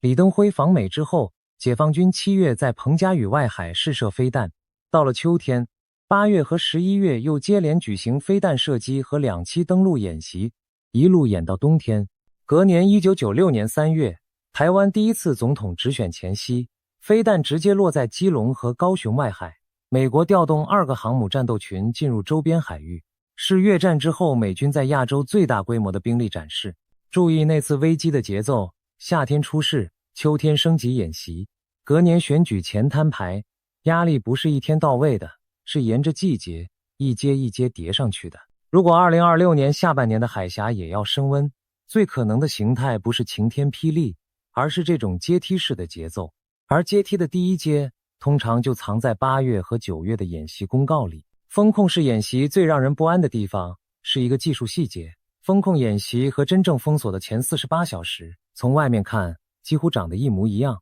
同样的兵力集结，同样的航行警告，同样的禁航区公告，差别只在演习有结束日期，封锁没有。所以军事观察者盯的从来不是演习本身，而是2个指标：这次演习有没有事先宣布结束时间，参演兵力撤回去了没有。只要有一次演习不宣布结束日期，或者演完不撤，性质就变了。这是秋决窗口里第一个要盯住的仪表。再讲天后，台湾海峡的军事天后窗口，公开的军事研究讲了几十年，结论很一致，1年2段，4月前后一段，10月前后一段。夏天有台风，一个接一个，大编队海上集结的风险太高。11月中之后，东北季风全面接管，海峡浪高动辄3公尺以上，2栖载具根本放不下去，一直要锁到隔年3月，所以纯看海象。下半年若要有大规模海上行动，10月是唯一的风，最迟拖到11月上旬，之后窗口就物理性关闭。天后的窗，政治的窗，选举的窗，3扇窗，同一个秋天。这不是谁的预言，这是季风的时刻表，10000年不变的那种。还有一个常被忽略的细节，海底电缆。台湾对外的网络通讯，绝大多数走10几条海底缆线。过去几年，离岛缆线被切断的事件反复发生。2023年2月，马祖对外的2条海缆在几天之内先后被弄断，马祖居民过了50几天靠微波备援的日子。之后几年，台湾周边的断缆和可疑船只事件频率明显升高，官方定调多半是脱网或锚链意外，但涉事船只的轨迹不少都被媒体追出问题。军事研究者提醒过很多次，断缆是风控剧本的标准第一步，因为它便宜，可否认，又能测试对方的修复速度和心理反应。所以在秋决窗口里，如果断缆事件的频率异常升高，那不是新闻里的杂讯，那是仪表板上第2盏警示灯。军演、天后、缆线，这是海峡这一侧的3件事实，它们单独存在的时候都只是背景值，但把它们放回前面摊开的时间线里，背景值就变成了倒数的刻度。好，3条时间线都摊开了，北京的全会线，华盛顿的选举线，2位预言者的说法线，底下还垫着天后和军演的现实线。现在把它们叠起来，揭晓的时刻到了。把2026年的日历放大，聚焦在10月和11月。第一层，全会惯例。前面对过账，近4次正常召开的全会，起始日期全部落在10月20日到11月8日之间。如果2026年的全会按惯例召开，会期大概率压在这条带子里。全会前1到2周，政治局会议公布日期；全会期间，人事案走完程序；全会之后几天，公报和通报出炉。整个政治动作最密集的区间就是10月下旬到11月上旬，这是第1条带。第2层，期中选举，11月3日投票，选前2周，美国政治体系的注意力最涣散，所有部门都在等选举结果。选后2周，如果国会翻盘，华盛顿进入权力重组的认知混乱期，旧多数党在清点损失，新多数党还没接手，把这段画出来，大约从10月20日拉到11月17日，这是第2条带。第3层，预言的转述。帕克的时间描述接近年底，11月前后，布兰登的时间感，选举前后，2条线都照在同一段上，这是第3条带。第4层，物理条件。海峡的秋季行动窗口，10月开，11月上旬关，这是垫在最底下的那条带。4层叠完，重叠最深的区间浮出来了，10月的最后1周到11月的第1周，前后大约14天。全会的惯例会期在里面，期中选举的投票日在正中央，2位预言者的手指按在上面，海峡的天后窗口在这里收口，这就是开头承诺要揭晓的答案。整张时间表上最拥挤的2周，从10月下旬的某一天到11月上旬的某一天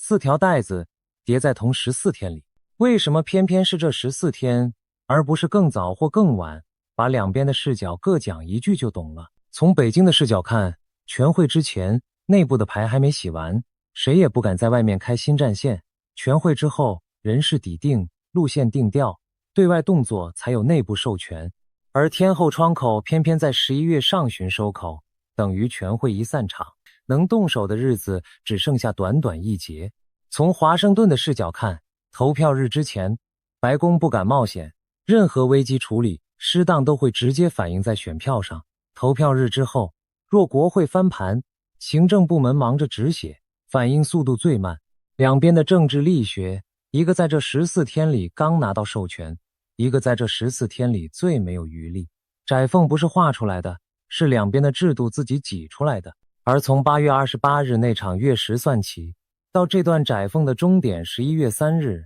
差不多是67天。从石像的钟声到窗口的正中央，2个多月。这就是标题里那句倒数2个月的由来。当然，叠出一个区间不等于那个区间里一定出事，把话讲死就不是对账，是算命。所以最后一段用推演收尾，秋决窗口的14天，有3种可能的收场剧本。剧本1，冷处理，几率最高，全会如期召开，公报4平8稳，人事微调，该处理的名字用一句程序性的话带过。期中选举正常举行，某一党输掉国会，华盛顿照常吵成一团，但只是吵。海峡有军演，规模不小，演完宣布结束，兵力撤回，预言落空，或者说预言里的紧张只兑现成新闻头条里的几天热度。历史上大多数的秋天最后都是这样过去的。如果是这个剧本，这支影片的价值是留下一份时间戳完整的对账记录，等下一个窗口再拿出来用。剧本2，灰色升级，几率中等，也最难察觉。窗口里出现连环的小动作，断缆事件便秘，可疑船只在缆线上方徘徊，某几天无人机和军机的架次刷新记录，某一场演习公告了开始，却迟迟不公告结束。外岛的补给航班和货船被要求配合查验，每一步单独看都构不成开战的门槛，每一步都留着意外和误会的否认空间，但叠起来，现状已经被推着走了一大段。这个剧本的辨识方法就是前面给过的那几个仪表：演习的结束日期、兵力撤收、缆线事件频率、全会日程是否准时。仪表有2个以上同时亮灯，就要按剧本2来理解。剧本3，硬事件，几率最低，代价最大。形态不见得是教科书式的登陆，更可能是一次处理不当的意外，军机擦撞、舰艇对峙、升级失控，或者北京内部的权力震荡外溢成对外的冒险。历史对仗在这里给过教训，1971年的913、1976年的10月都证明这个体制内部出大事的时候，外界事前几乎毫无预警，事后很久才拿到说法。如果全会日期异常，喉舌用词异常，将领路面异常，3个异常叠加，剧本3的几率就不再是背景值。3种剧本之外，还有一个旁证仪表，来自最不讲情面的地方，市场。历史经验显示，地缘风险真正升高的时候，最先反应的往往不是新闻，而是价格。船舶的战争险保费，绕开海峡的改道航线，台股和新台币的波动，半导体客户的库存拉货节奏。2022年8月那一轮军演前后，航运和保险市场的反应都留有公开记录可查，所以进入10月之后，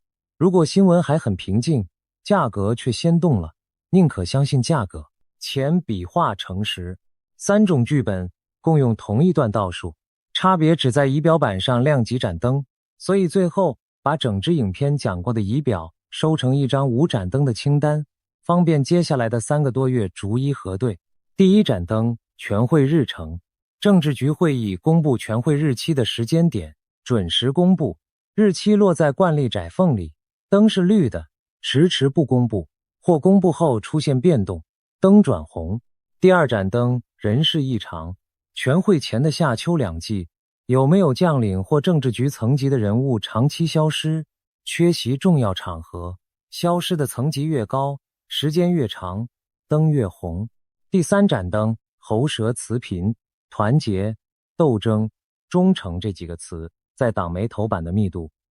陡升，灯转红。第4盏灯，演习形态。秋季的环台演习有没有事先公告结束时间？演后兵力有没有如期撤收？不公告、不撤收，这盏灯直接跳红。第5盏灯，缆线与航道。台湾周边的断缆事件频率，可疑船只在缆线上方的徘徊记录，航商有没有开始改道加价？3项有2项异常，灯转红。5盏灯全绿，就是剧本1，秋天平安过去，亮2盏，进入剧本2的判读区。3盏以上同时转红，而且时间落在10月下旬到11月上旬那14天里，那就是本片开头承诺要指认的时刻。秋决窗口真的开了。最后把这支影片的账本收拢。第一，秋决窗口是真实存在的结构，不靠任何预言成立。中共全会惯例压在10月下旬到11月初，近4次正常召开的全会全部落在10月20日到11月8日之间。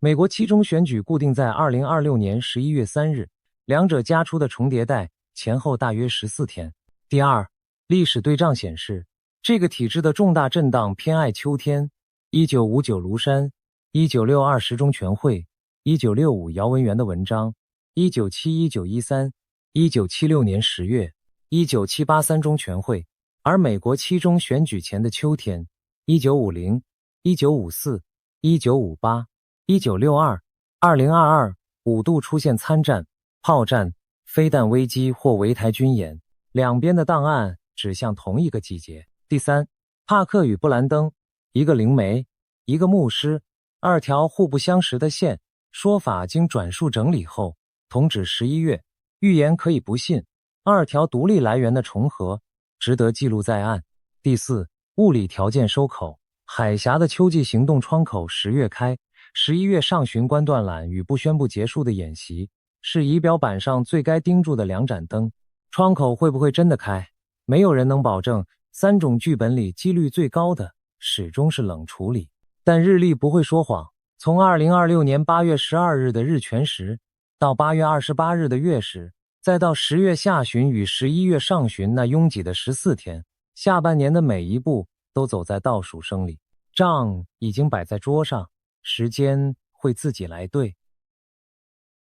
这场戏横跨中东沙漠与北欧冰原，牵扯进美国总统、伊朗最高领袖、丹麦首相、俄罗斯影子舰队，甚至还有3位神准的预言家。你没听错，在2026年2月底，美国和以色列对伊朗发动代号史诗之怒的突袭之前，在川普威胁要武力拿下格陵兰之前，在波罗的海海底电缆一条接一条被割断之前，至少有3位预言家已经提前把剧本写好了。他们是谁？他们看到了什么？而更重要的是，这场大戏背后到底藏着一盘什么样的棋？先别急，我们一步一步来拆解。今天这期内容信息量极大，建议你找个安静的地方坐下来，泡杯茶，因为接下来的故事可能会彻底改变你对这个世界的认知。故事要从2025年底说起，那时候全世界还沉浸在加萨停火的短暂喜悦中，川普刚在10月份促成了以色列和哈马斯的20点和平协议，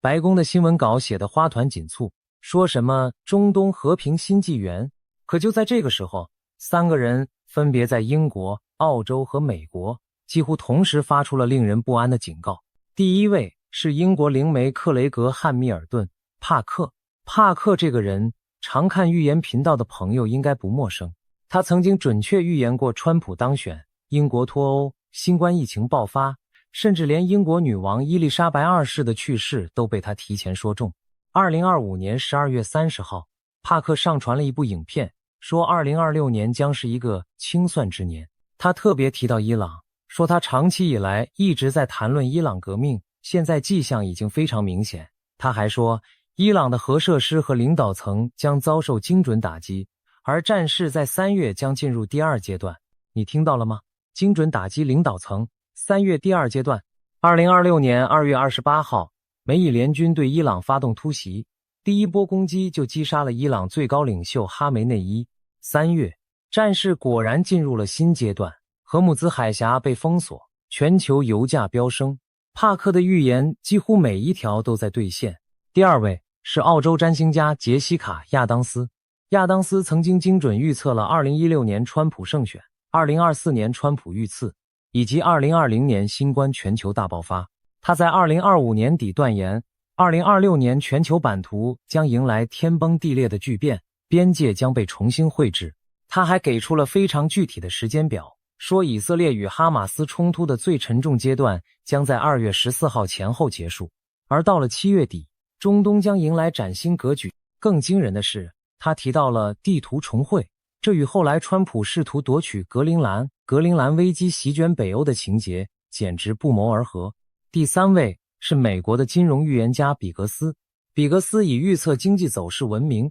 他曾经准确预言川普会再次当选总统，还警告过2025年4月川普关税风暴将引发全球市场动荡。果然，川普在2025年4月2号宣布对多国课征惩罚性关税，台湾被课了 32% 的重税，全球股市剧烈震荡。比格斯后来更进一步警告，川普将引爆一场超越1929年经济大萧条的金融风暴。他甚至描述了一个惊人的画面，他曾看到川普跪在白宫椭圆形办公室中痛哭祈祷，仿佛在为自己的错误政策深感懊悔。3位预言家，3个不同的领域，3种不同的方法，却不约而同指向了同一个方向。2026年，世界将天翻地覆。而现在回头看，他们的预言一一应验。那么问题来了，他们真的是看到了未来吗？还是说这些事件的种子其实早就埋好了，只是大多数人选择了视而不见？我们先来想一个问题，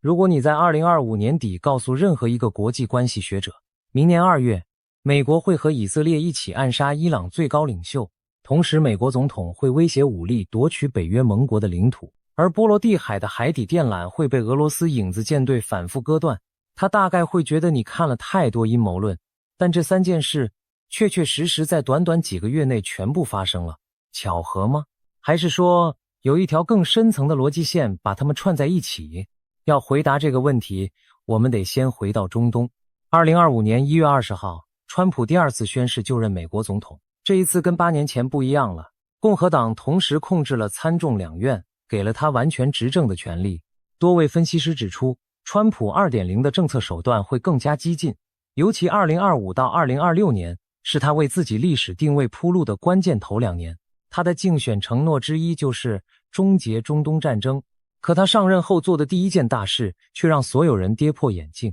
他提议美国接管加萨走廊，把200万巴勒斯坦人迁走，然后把加萨打造成中东的里维耶拉。这个提议遭到国际社会几乎一面倒的反对，但以色列总理内塔尼亚胡却表示强力支持。从这一刻开始，你就能看出川普的套路了，他不是在促进和平，他是在做交易。对川普来说，中东不是一个需要解决的问题，而是一个巨大的商业机会。2025年5月，川普展开了他第2任期的第1次中东之旅，访问了沙烏地阿拉伯、卡达和阿联酋。这趟行程的成果令人瞠目结舌，波音与卡达航空签下了640亿美元的创纪录订单，与阿联酋的阿提哈德航空签了145亿，沙烏地承诺6000亿美元的投资，卡达最终将达到 1.2 万亿。最夸张的是，卡达送了川普一架价值4亿美元的波音747豪华客机，用来替换老化的空军1号。这是美国历史上最大的外国赠礼，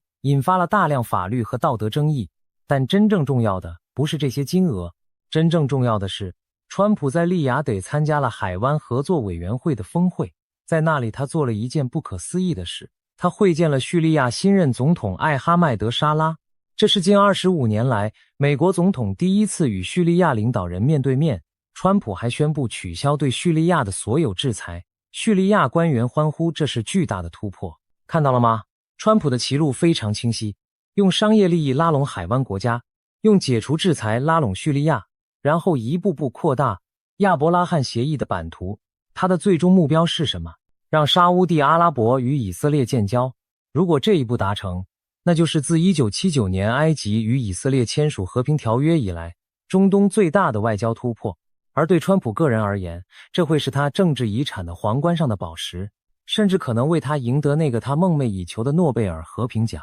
2025年10月，他确实差点得到它。当时哥伦比亚学者和多位美国政客都在为他游说，连那年的和平奖得主委内瑞拉反对派领袖玛利亚·马查多都公开说川普绝对值得一个诺贝尔和平奖，但最终他还是错过了，而这份错过竟然成了他后来威胁格陵兰的理由之一。但沙烏地王储穆罕默德·本·萨勒曼不是那么容易被说服的。2025年11月，他在白宫与川普会面时，虽然承诺了数十亿美元的投资和采购 F-35 战斗机，但就是不肯宣布与以色列建交。他的条件很明确，以色列必须接受巴勒斯坦建国的可信且有结构的路径，而民调更是残酷。2025年8月的调查显示， 99% 的沙烏地受访者认为与以色列建交是负面的。你没看错， 99%。 那怎么办？川普的答案是先搞定伊朗。伊朗是这盘棋上最关键的一颗子，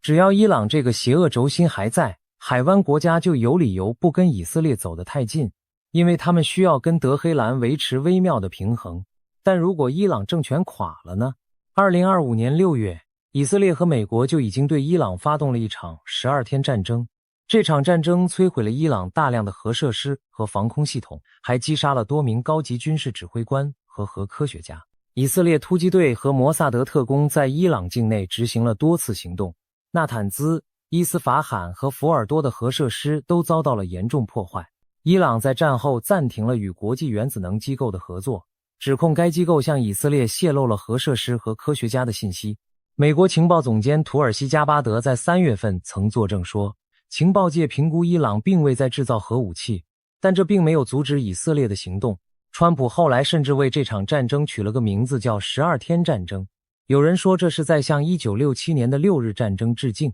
12天战争结束后，伊朗元气大伤。2025年底，伊朗爆发了3年来最大规模的抗议运动，里亚尔汇率跌破140万，通膨高达 52%， 民生彻底失控。抗议从德黑兰的市集罢市开始，迅速席卷全国，口号从经济诉求转向推翻政权，甚至有人公开支持流亡的王储。2026年1月，伊朗安全部队杀害了数千名抗议者，引发国际社会的强烈谴责。川普看到了机会，他威胁说，如果抗议者受到伤害，美国将采取军事行动。但同时，他又通过阿曼进行间接的核谈判。2月份的谈判据说取得了重大进展。阿曼外长说，伊朗愿意做出让步，但川普对谈判结果不满意。然后2026年2月28号，一切都爆发了。美国和以色列在12小时内对伊朗发动了近900次打击，目标包括导弹设施、防空系统、军事基础设施和领导层，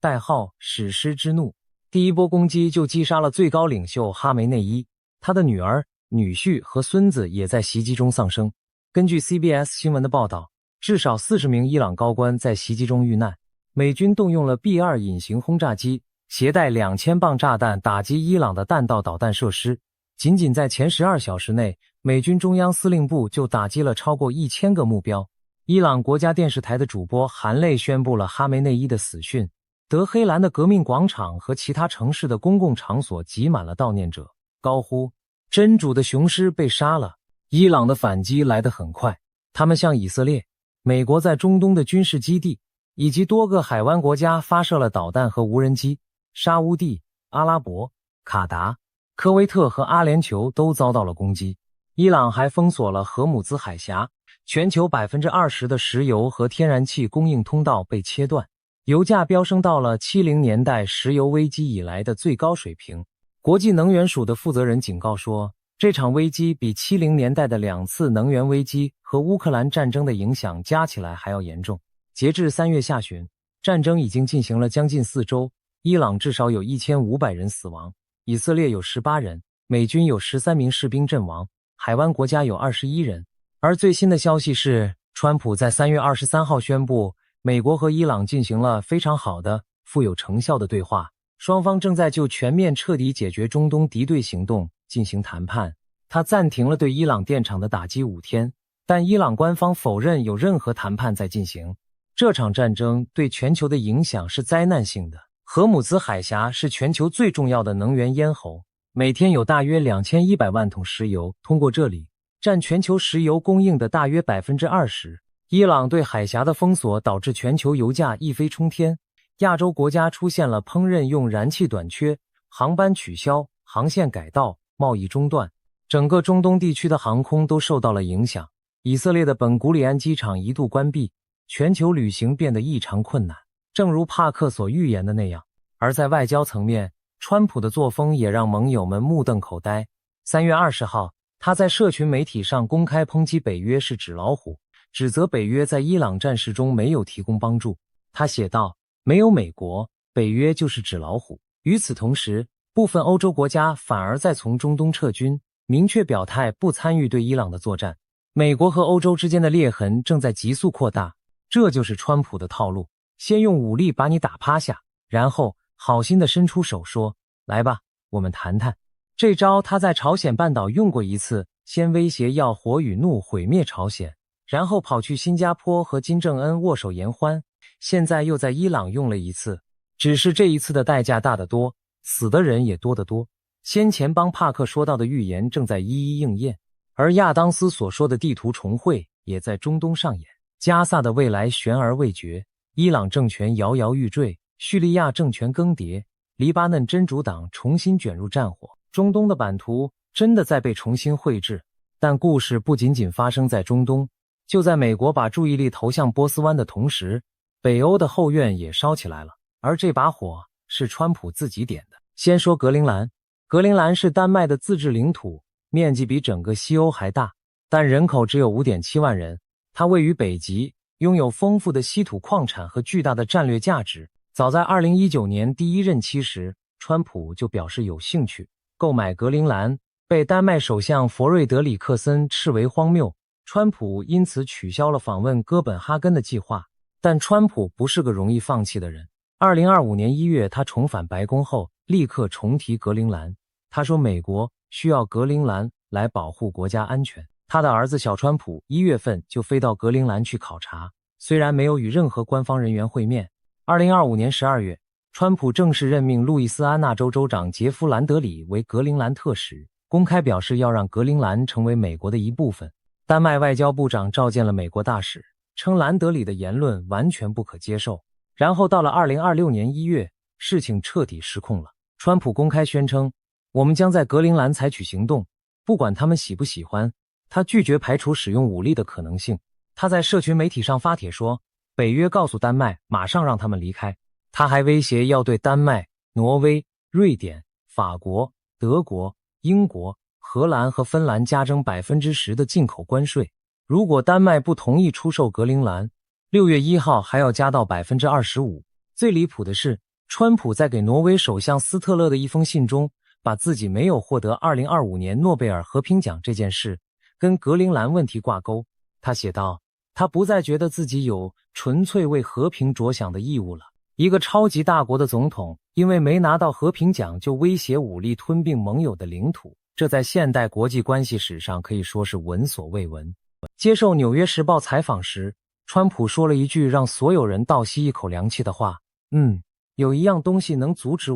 我自己的道德准则，我自己的判断，那是唯一能阻止我的东西。我不需要国际法。《纽约时报》的记者后来写道，这是川普对自己世界观迄今为止最直白的承认。丹麦的反应出奇的强硬，首相弗瑞德里克森警告说，对格陵兰的武装攻击将意味着北约的终结。丹麦开始向格陵兰增派军队，派出了护卫舰和军事人员参加代号北极坚韧的联合军演。法国、德国、瑞典、挪威、芬兰和荷兰也纷纷表示支持。部分国家甚至向格陵兰派出了象征性的部队。欧盟威胁要启动反胁迫工具，限制美国科技公司进入欧盟单一市场。格陵兰人民的态度更是一面倒，议会所有政党发表联合声明，要求美国尊重格陵兰的主权，明确表示我们不想成为美国人。街头爆发了大规模示威，抗议者举着不就是不，停止威胁我们，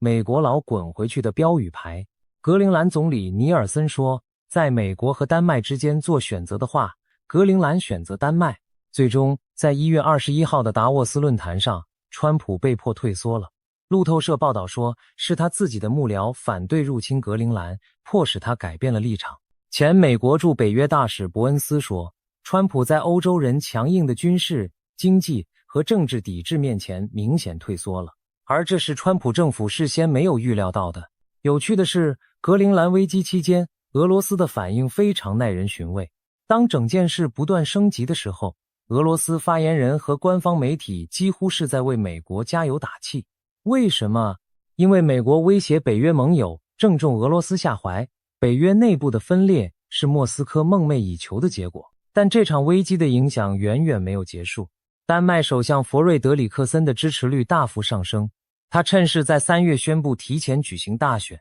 分析人士说，这场选举实质上是一场关于如何应对美国压力的公投，而格陵兰的独立讨论反而因为川普的威胁而暂时搁置了。因为格陵兰人发现，在面对外部威胁时，与丹麦站在一起比独立更安全。丹麦政府也大幅增加了对格陵兰的投入，支出增加了10倍。某种程度上，川普的威胁反而让丹麦和格陵兰的关系比以往任何时候都更加紧密了。格陵兰危机只是北欧困境的一部分，另一条战线更加隐蔽，也更加危险。波罗的海的海底电缆。波罗的海面积大约15万平方公里，周围被8个北约国家和俄罗斯环绕。它水浅狭窄，海底铺设了大量的电力电缆、通讯光缆和天然气管道，是连接北欧和波罗的海国家的生命线。而就在2026年2月，波罗的海3国刚刚正式脱离了与俄罗斯和白俄罗斯的电力联网，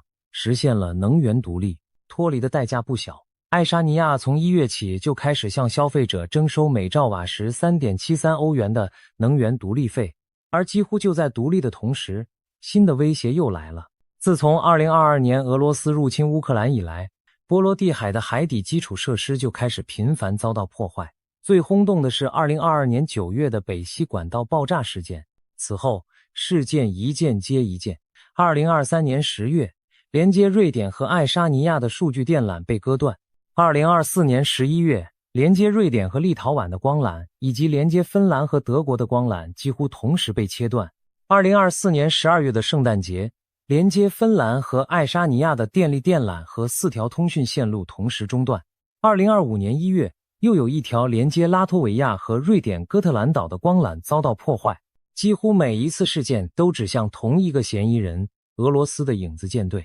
这些老旧的油轮和货船用来规避西方对俄罗斯石油出口的制裁，但同时也被怀疑充当了低技术的破坏工具。他们的手法非常简单粗暴，拖曳船锚在海底拖行数十甚至数百公里，把海底电缆割断。波罗的海水深平均只有55公尺，船锚很容易就能触及海底。2025年底的最后一天，芬兰电信公司 Elisa 在凌晨4点53分发现其连接赫尔辛基和塔林的光缆出现严重数据中断。芬兰边防军、海关、国防军全部出动。芬兰警方迅速扣押了一艘从俄罗斯驶往以色列的货船 Fitberg 号，怀疑它拖曳船锚切断了电缆。芬兰总统斯图布发表声明，强调芬兰已准备好应对各种安全挑战。而5天后，拉脱维亚当局又登上了另一艘涉嫌破坏通讯线路的船只。接二连三的事件让北欧各国的神经绷到了极限。根据 Windward 海事情报公司的数据，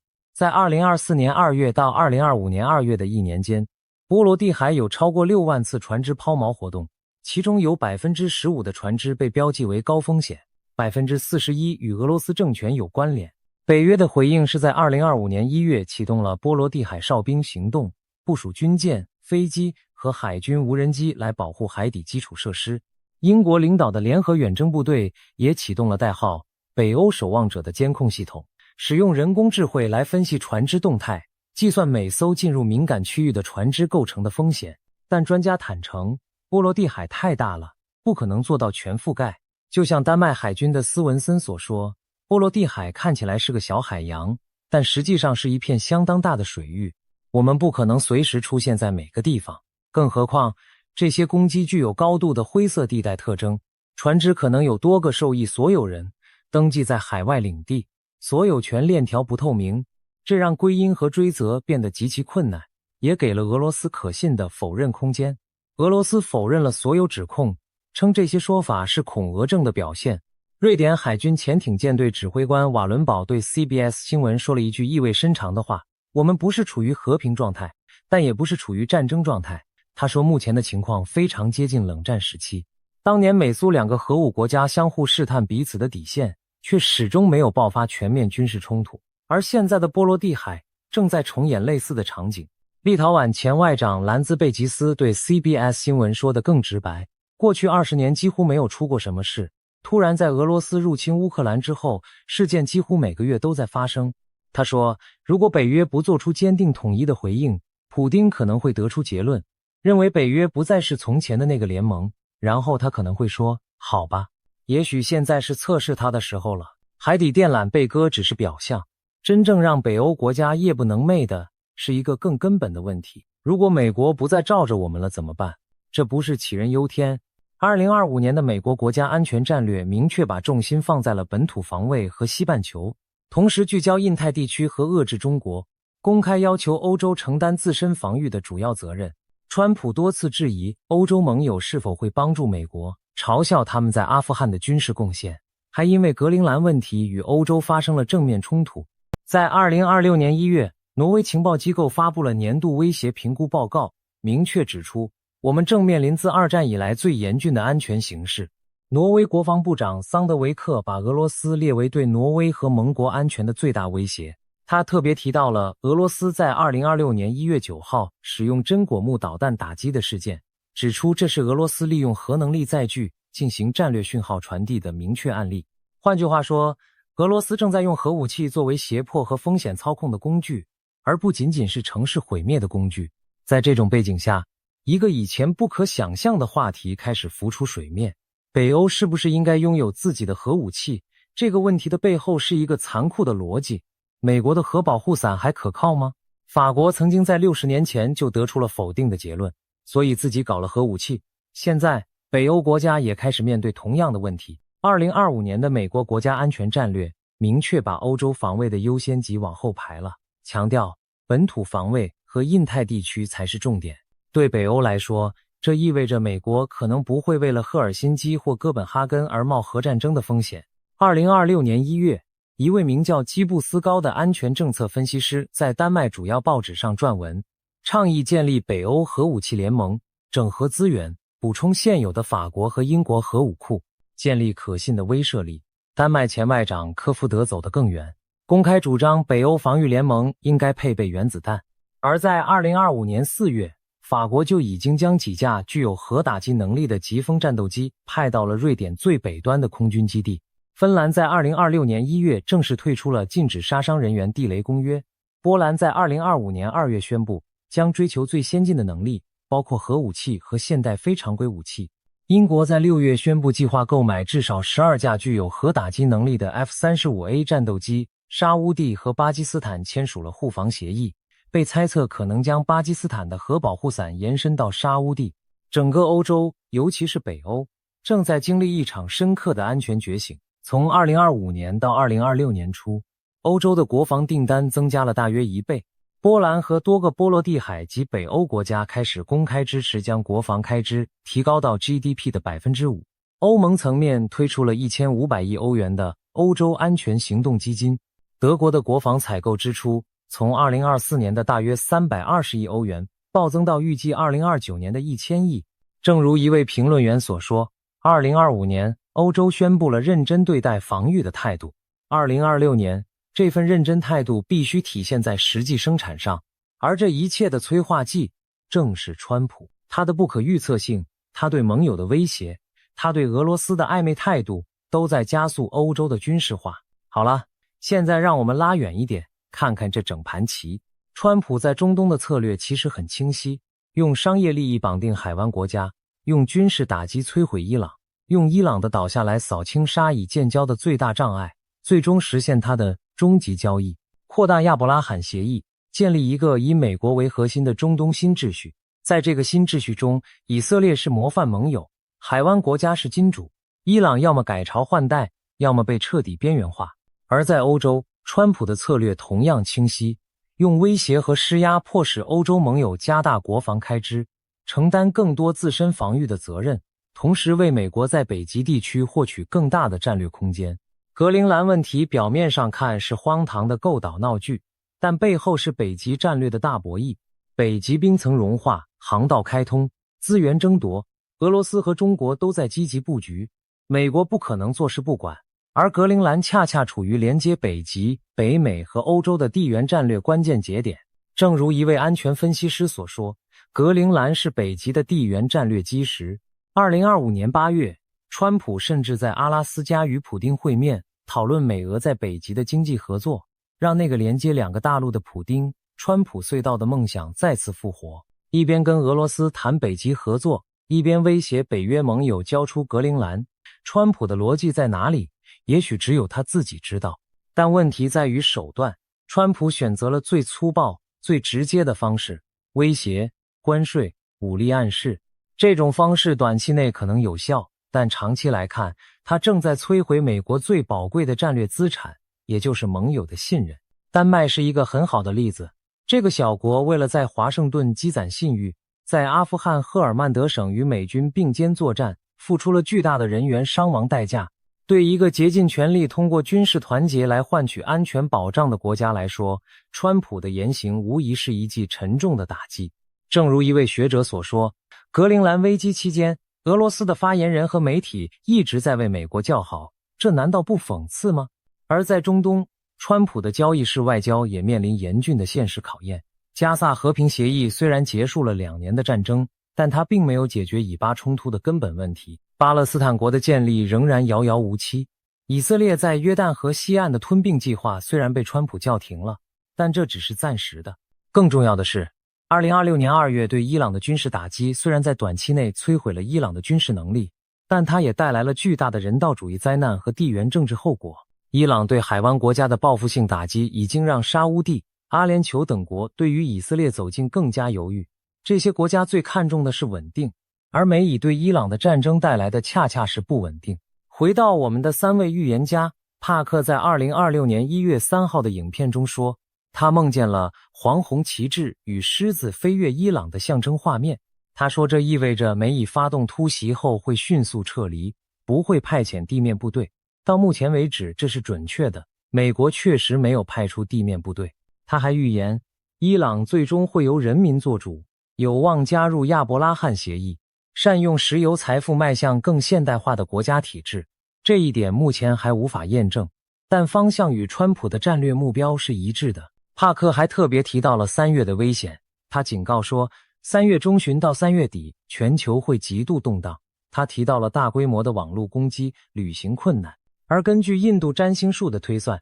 ，3月25号太阳与土星合相时将是重要的冲突触发点。有趣的是，今天正好就是3月25号，全球油价因为伊朗战争已经飙到了天价，荷姆兹海峡的封锁正在造成严重的能源供应危机，旅行确实变得困难。占星家乔尼与帕克在一次对话中互相印证了对方的预测。乔尼仔细查看了伊朗和美国的星盘，确认发起攻击的果然是伊朗一方。伊朗的反击，美国是受害方，但会强力报复。他还指出，中国也会牵涉其中，而紧张局势在3月中旬会达到顶峰。而亚当斯所说的地图重绘，现在看起来不仅仅指中东，格陵兰的归属问题、乌克兰的领土争端、叙利亚政权更迭、伊朗可能的政体变化，加起来确实可能重新定义21世纪的全球版图。至于比格斯的金融崩溃预言，2026年的全球经济确实面临着巨大的压力。伊朗战争导致油价飙升，荷姆兹海峡封锁打击了全球供应链，川普的关税战继续侵蚀国际贸易，美国的财政赤字持续扩大，这些因素叠加在一起，一场严重的经济衰退并非不可想象。事实上，川普在3月23号暂停对伊朗电厂的打击，表面上是为了谈判，但华尔街的分析师普遍认为，真正的原因是油价已经高到让美国经济承受不了了。当他宣布暂停打击后，美国股市期货立刻上涨，美元下跌，油价暴跌，资本市场的反应说明了一切。战争的代价最终会落到每一个普通人的头上。比格斯说的那场超越1929年的金融风暴也许还没有到来，但它的阴影已经开始笼罩。但我们真正应该问的问题不是预言家们是不是猜对了，真正的问题是为什么这些看似疯狂的事情在2026年同时发生了。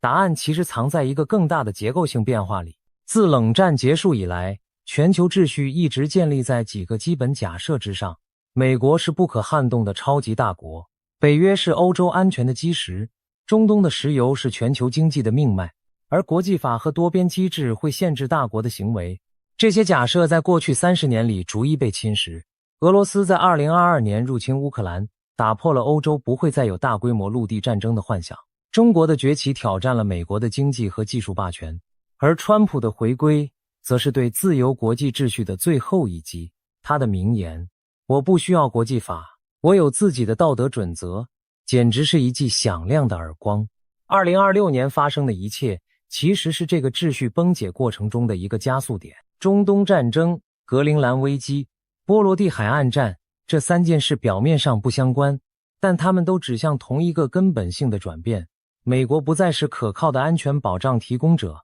至少不是无条件的。这个转变的影响是全方位的。欧亚集团在2026年风险报告中指出，几乎所有的2026年顶级风险都打在欧洲最脆弱的地方。欧盟国家，尤其是东欧和北欧国家以及英国，将特别容易受到俄罗斯升级行动的影响。而华盛顿不愿得罪莫斯科的态度，将削弱北约的强力回应，为俄罗斯的试探提供更多空间。对北欧国家来说，这意味着必须自己承担防御责任，甚至考虑核武器。对中东国家来说，这意味着必须在美国、中国和俄罗斯之间走钢丝，同时为可能的动荡做好准备。对整个世界来说，这意味着我们正在进入一个更加危险、更加不确定的时代。而对我们每一个普通人来说，这意味着油价会涨，物价会涨，旅行会变难，而头条新闻会越来越让人焦虑。最后，让我们想一个更深层的问题。这3位预言家，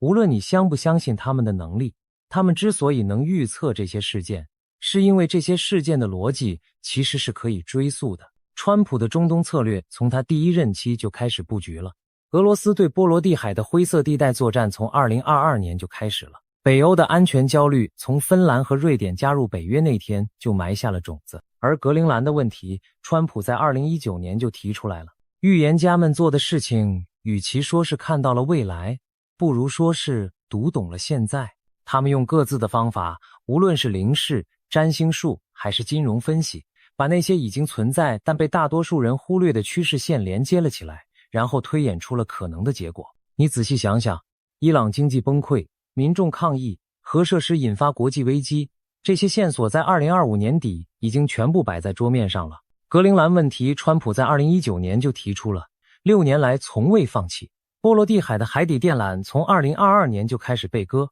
所有的拼图碎片都在那里，只是需要有人把它们拼起来。而真正值得我们警惕的是，如果连这3位各自独立的观察者都能看到的趋势，我们的政治领导人却看不到，或者看到了却选择忽视，那问题到底出在哪里？帕克在预测完所有灾难之后，总是会加上一句：劫难并不可怕，大灾过后就是大福。他预言这些动荡最终会带来一个黄金时代。他说他咨询过印度的多位纳迪叶解读师，他们都告诉他，他会在有生之年看到圣贤们转世归来，看到一个更美好的世界的到来。我不知道黄金时代会不会来，但我知道，在这个黄金时代来临之前，我们每一个人都需要擦亮眼睛，看清楚这场大戏的棋盘上谁是棋手，谁是棋子，而我们自己又站在哪里。2026年3月25号，就是今天，伊朗的战火还在燃烧，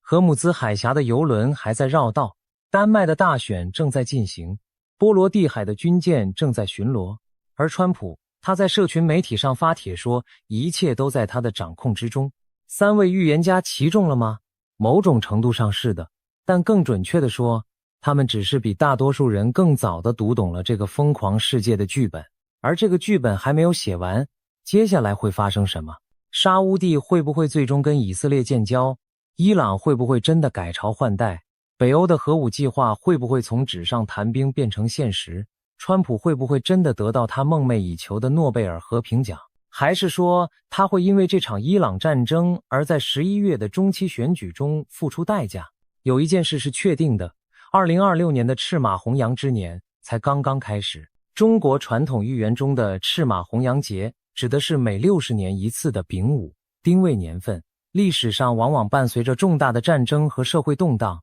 2026年正好是丙午年。帕克、亚当斯和比格斯也许不知道这个中国古老的预言传统，但他们各自用自己的方法得出了惊人相似的结论。这一年，世界将被重新洗牌。这些问题的答案，也许预言家们已经知道了，但对我们普通人来说，我们能做的就是继续关注，继续思考，不要让任何人替我们决定未来。在这个充满不确定性的时代，最大的武器不是核弹头，不是隐形轰炸机，也不是海底电缆，最大的武器是清醒的头脑和独立的判断力。当政客们在棋盘上移动棋子的时候，至少让我们知道自己身处棋盘的哪个位置。